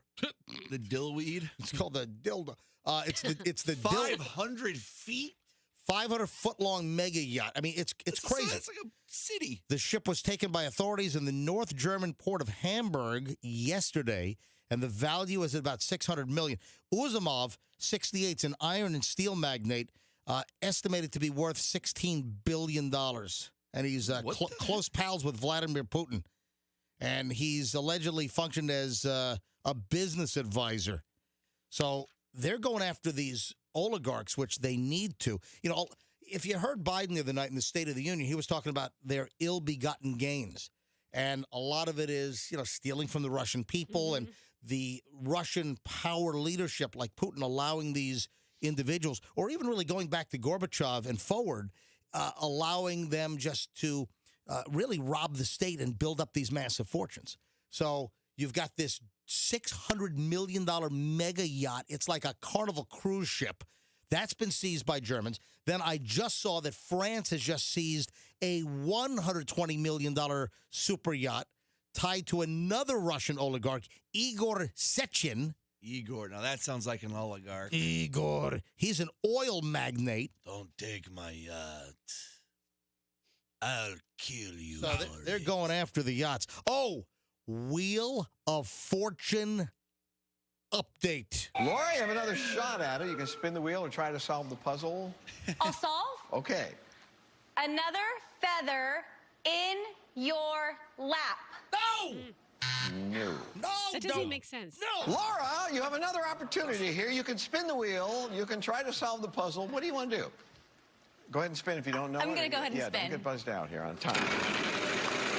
Folks, this is the dumbest thing I've ever seen in my life. What would you like? A P? Yes, there's a P. There's a P. Spin or solve. I will solve. Okay. Another feather in your map? You bonehead. No. A lap would have made more sense. No. All right, so we have an update now. This is breaking this morning here from TMZ. Not that woman, but one of the guys, one of the male contestants. Right. He says that he was humiliated. He said that pressure led to the historically bad answers. Christopher Coleman is coming forward. Yeah, one of the three contestants with the whole another feather in your cap disaster. So he says that the pressure was really big at the moment. He says that he was humiliated on national television. He said that, one of the dreams of his life is like turned into an embarrassing nightmare. Yeah, because you didn't know another feather in your cap, you dolt. So he had the opportunity. We didn't hear from him on those clips you played. He had the opportunity to make a guess, and he didn't know He it. said a hat, right? Yeah, Coop, what was the deal with him? No. He got bankrupt twice. Yeah, he kept spinning, and I know he went bankrupt a couple. He lost a turn, I think. Yeah, the other two players went through their cycle, but she's the one that kept going for the solvents. It was the woman that kept really botching up. Feather in your hat, feather in your lap, feather in your map. She was humiliated. Feather in your pap smear. Feather in your butt? I don't know. I'm Smear, trying. he's a guitarist for the Foo Fighters. You definitely want to see a doctor right away if there's a feather in your pap. I'm just trying to think of things that rhyme. Lap. Well, I mean, Sap. Crap. Well, it's only three. Yeah. Only three letters. Dap. Ooh, a feather in your rap. In your, well, like a little, Your like song. In your song. In your song. Yes. I was thinking of a lunch wrap. That'd be disgusting. That would be a some WR. turkey and lettuce. All A feather in your wop. in your what? WAP, is it? The song? Yeah. Oh, that would work because it's 3 letters. That could work too, Yeah. also. Oh, they didn't say that. Yeah. How about that? Get that All wop, right, so wop. this guy's all bent out of shape now that he was embarrassed on national television. Well, I'm sorry, guys. Everyone should have been embarrassed. I'm sorry. That was just. I don't care about the pressures of television and being. There is no reason that that those contestants shouldn't have known that. I mean, that was just embarrassing and it was awful. My wife, who a lot of times likes to give people the benefit of the doubt, Michelle called them morons last night when she saw the video. Just really, really dumb, terrible people. Guys, I hate this. I hate these. What'd you say? Nothing. All right. I hate these stories. And this scares me. Down in North Fort Myers, so a little south of us, a North Carolina couple, they want to know what happened. Freak accident. A 15 to 20-pound metal object flung through the windshield of Billie Jean and Ian Beaver's truck. Nice, Beaver. So Billie Jean and Beaver. Okay, hold on. Well, say the names again. Billie Jean. Right. And Ian Beaver. So there's a Billie Jean Beaver? Billie Jean Beaver. Oh, my God. That's the best name ever. Hi, Billie Jean Beaver. That's a nice beaver. Nice, Beaver. Billie Jean Beaver's my name. So the object, 15 to 20 pounds, believed to be a drum from a brake drum. And it crashed through their windshield. It knocked Beaver unconscious. Nice Beaver. So the metal object slammed into the Beaver. Nice Beaver. And he was knocked unconscious, and his foot was all jammed up on the gas. Then they crashed into another car. Then they spun across the road. They feel lucky to be alive. Multiple fractures to his jaw. His jaw is wired shut. He was on a ventilator for almost a week. He was unconscious. He thought he was gone. Nice beaver. The wife said, I thought he was dead. The wife said he was unconscious. I thought he was gone.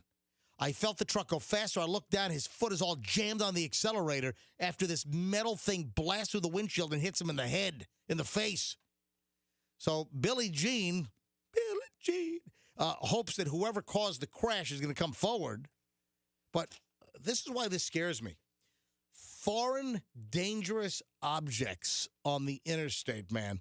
When you drive, you talked about this a lot. Have you looked in the lanes or off to the side, like on the Howard Franklin Bridge? Yeah, the amount of debris. Dude, yesterday I saw a ladder. I saw there's a tire on the left side. Oh, I could use a new ladder. There is all kinds of just twisted metal. I've seen lawn equipment. The amount of crap that ends up on the road. See, that's the stuff you need to grab and take for throw this trash away, man. Yeah, I need Fester to stop his car while cars are whizzing by at 90 miles an hour on the Howard Franklin. You'll do it. But the point is that people do not secure their loads. Is that funny? So things fall off of cars and trucks. I mean, it's really unbelievable. The road hazards out there, and that scares me. I'm not scared of much, but junk on the highway that could become a flying deadly projectile through your windshield. Now, that's the stuff that keeps me up at night. All right, I don't know that I'm losing sleep over All right, it all right, necessarily. fine. I'm not losing sleep over it. It's not keeping me up, but you know what I'm saying. But if you run over a piece of debris, your car more likely than not kicks it up, and then the car behind you hits it. Well, a lot of times it'll shred your tire. You'll have a blowout. Or I've seen cars run over something and it just tears like the whole front of their bumper off. It'll shred and rip up the bottom of like the undercarriage of their vehicle. Yeah, leave some healthy distance between you and the car in front of you. No, even a healthy distance. Years ago, I hit a cooler. It was like You hit a Yeti? No, it wasn't. It was like just an Igloo cheapo cooler. Right. And I hit it. It was just in my lane. I look up, there it is. I hit it. The white lid immediately bursted off of it, flew over my car, and hit the car behind me right on the windshield. Unbelievable. And just road debris. And then finally here, folks, today, the Tinder swindler. Now, I have not seen this on Netflix yet. We are a couple episodes away from finishing Inventing Anna, the fake, speaking of Russians, the Russian swindler, grifter. We're almost done with that. But Tinder swindler is on my Netflix list as well. The real Tinder swindler, Simon Lviv, is charging $20,000 to make nightclub appearances. Really? Do people really want to see the Tinder swindler in a nightclub? Is that a guy? It's a real guy? Yes. I haven't seen it. You have to see based on Simon Lviv or whatever his name is. So now he's trying to. Isn't he in trouble? Isn't he going to go to jail? Well, he should. I gotta watch it. You gotta watch the documentary. I have not seen it yet, so I know the basic outline of the story. All right, before we get out of here today, I just want to talk about my friends at Primeline Capital. And I know that there are many people listening right now that are saying, ooh, I better refinance before mortgage rates go up. And that would be correct because the Fed is expected to raise rates this month. And, of course, there's a cascading snowball effect, and rates will go up on everything. Mortgage rates, car loan rates, credit card rates, everything's going to go up. If you want to refinance, get a hold of my friends at Primeline Capital right now. Primeline Capital, these are the new mortgage experts in town. When I say new, they're not new. They've been in the Carolinas for a long time. They've got hundreds of Google 5-star reviews, and they opened up their Tampa Bay office last year, and it's going like gangbusters. People are loving Primeline Capital. You do not want to do a mortgage. So if you need a mortgage for a new place or you want to refinance the place you have now, do not do anything until you talk to my friends at Primeline Capital. You can go online, PrimelineCapital.com, PrimelineCapital.com, or call them. The local Tampa office is 813-771-REFI. 813-771-REFI. Equal housing lender and MLS 1831391. Subject to lender approval. Not all loans apply. All right, anything else before we call it quits for the day, guys? That is it. No. Okay. Then we will say good day. We will say see you tomorrow. Check out the website, mjmorningshow.com. Of course, video clips. You can watch the entire replay on video of MJ TV from this morning. And that's going to do it. Already loaded up for tomorrow. Look at all the crap I didn't get to today. So have a great day, folks. We'll see you tomorrow. mjmorningshow.com. And let's be careful out there.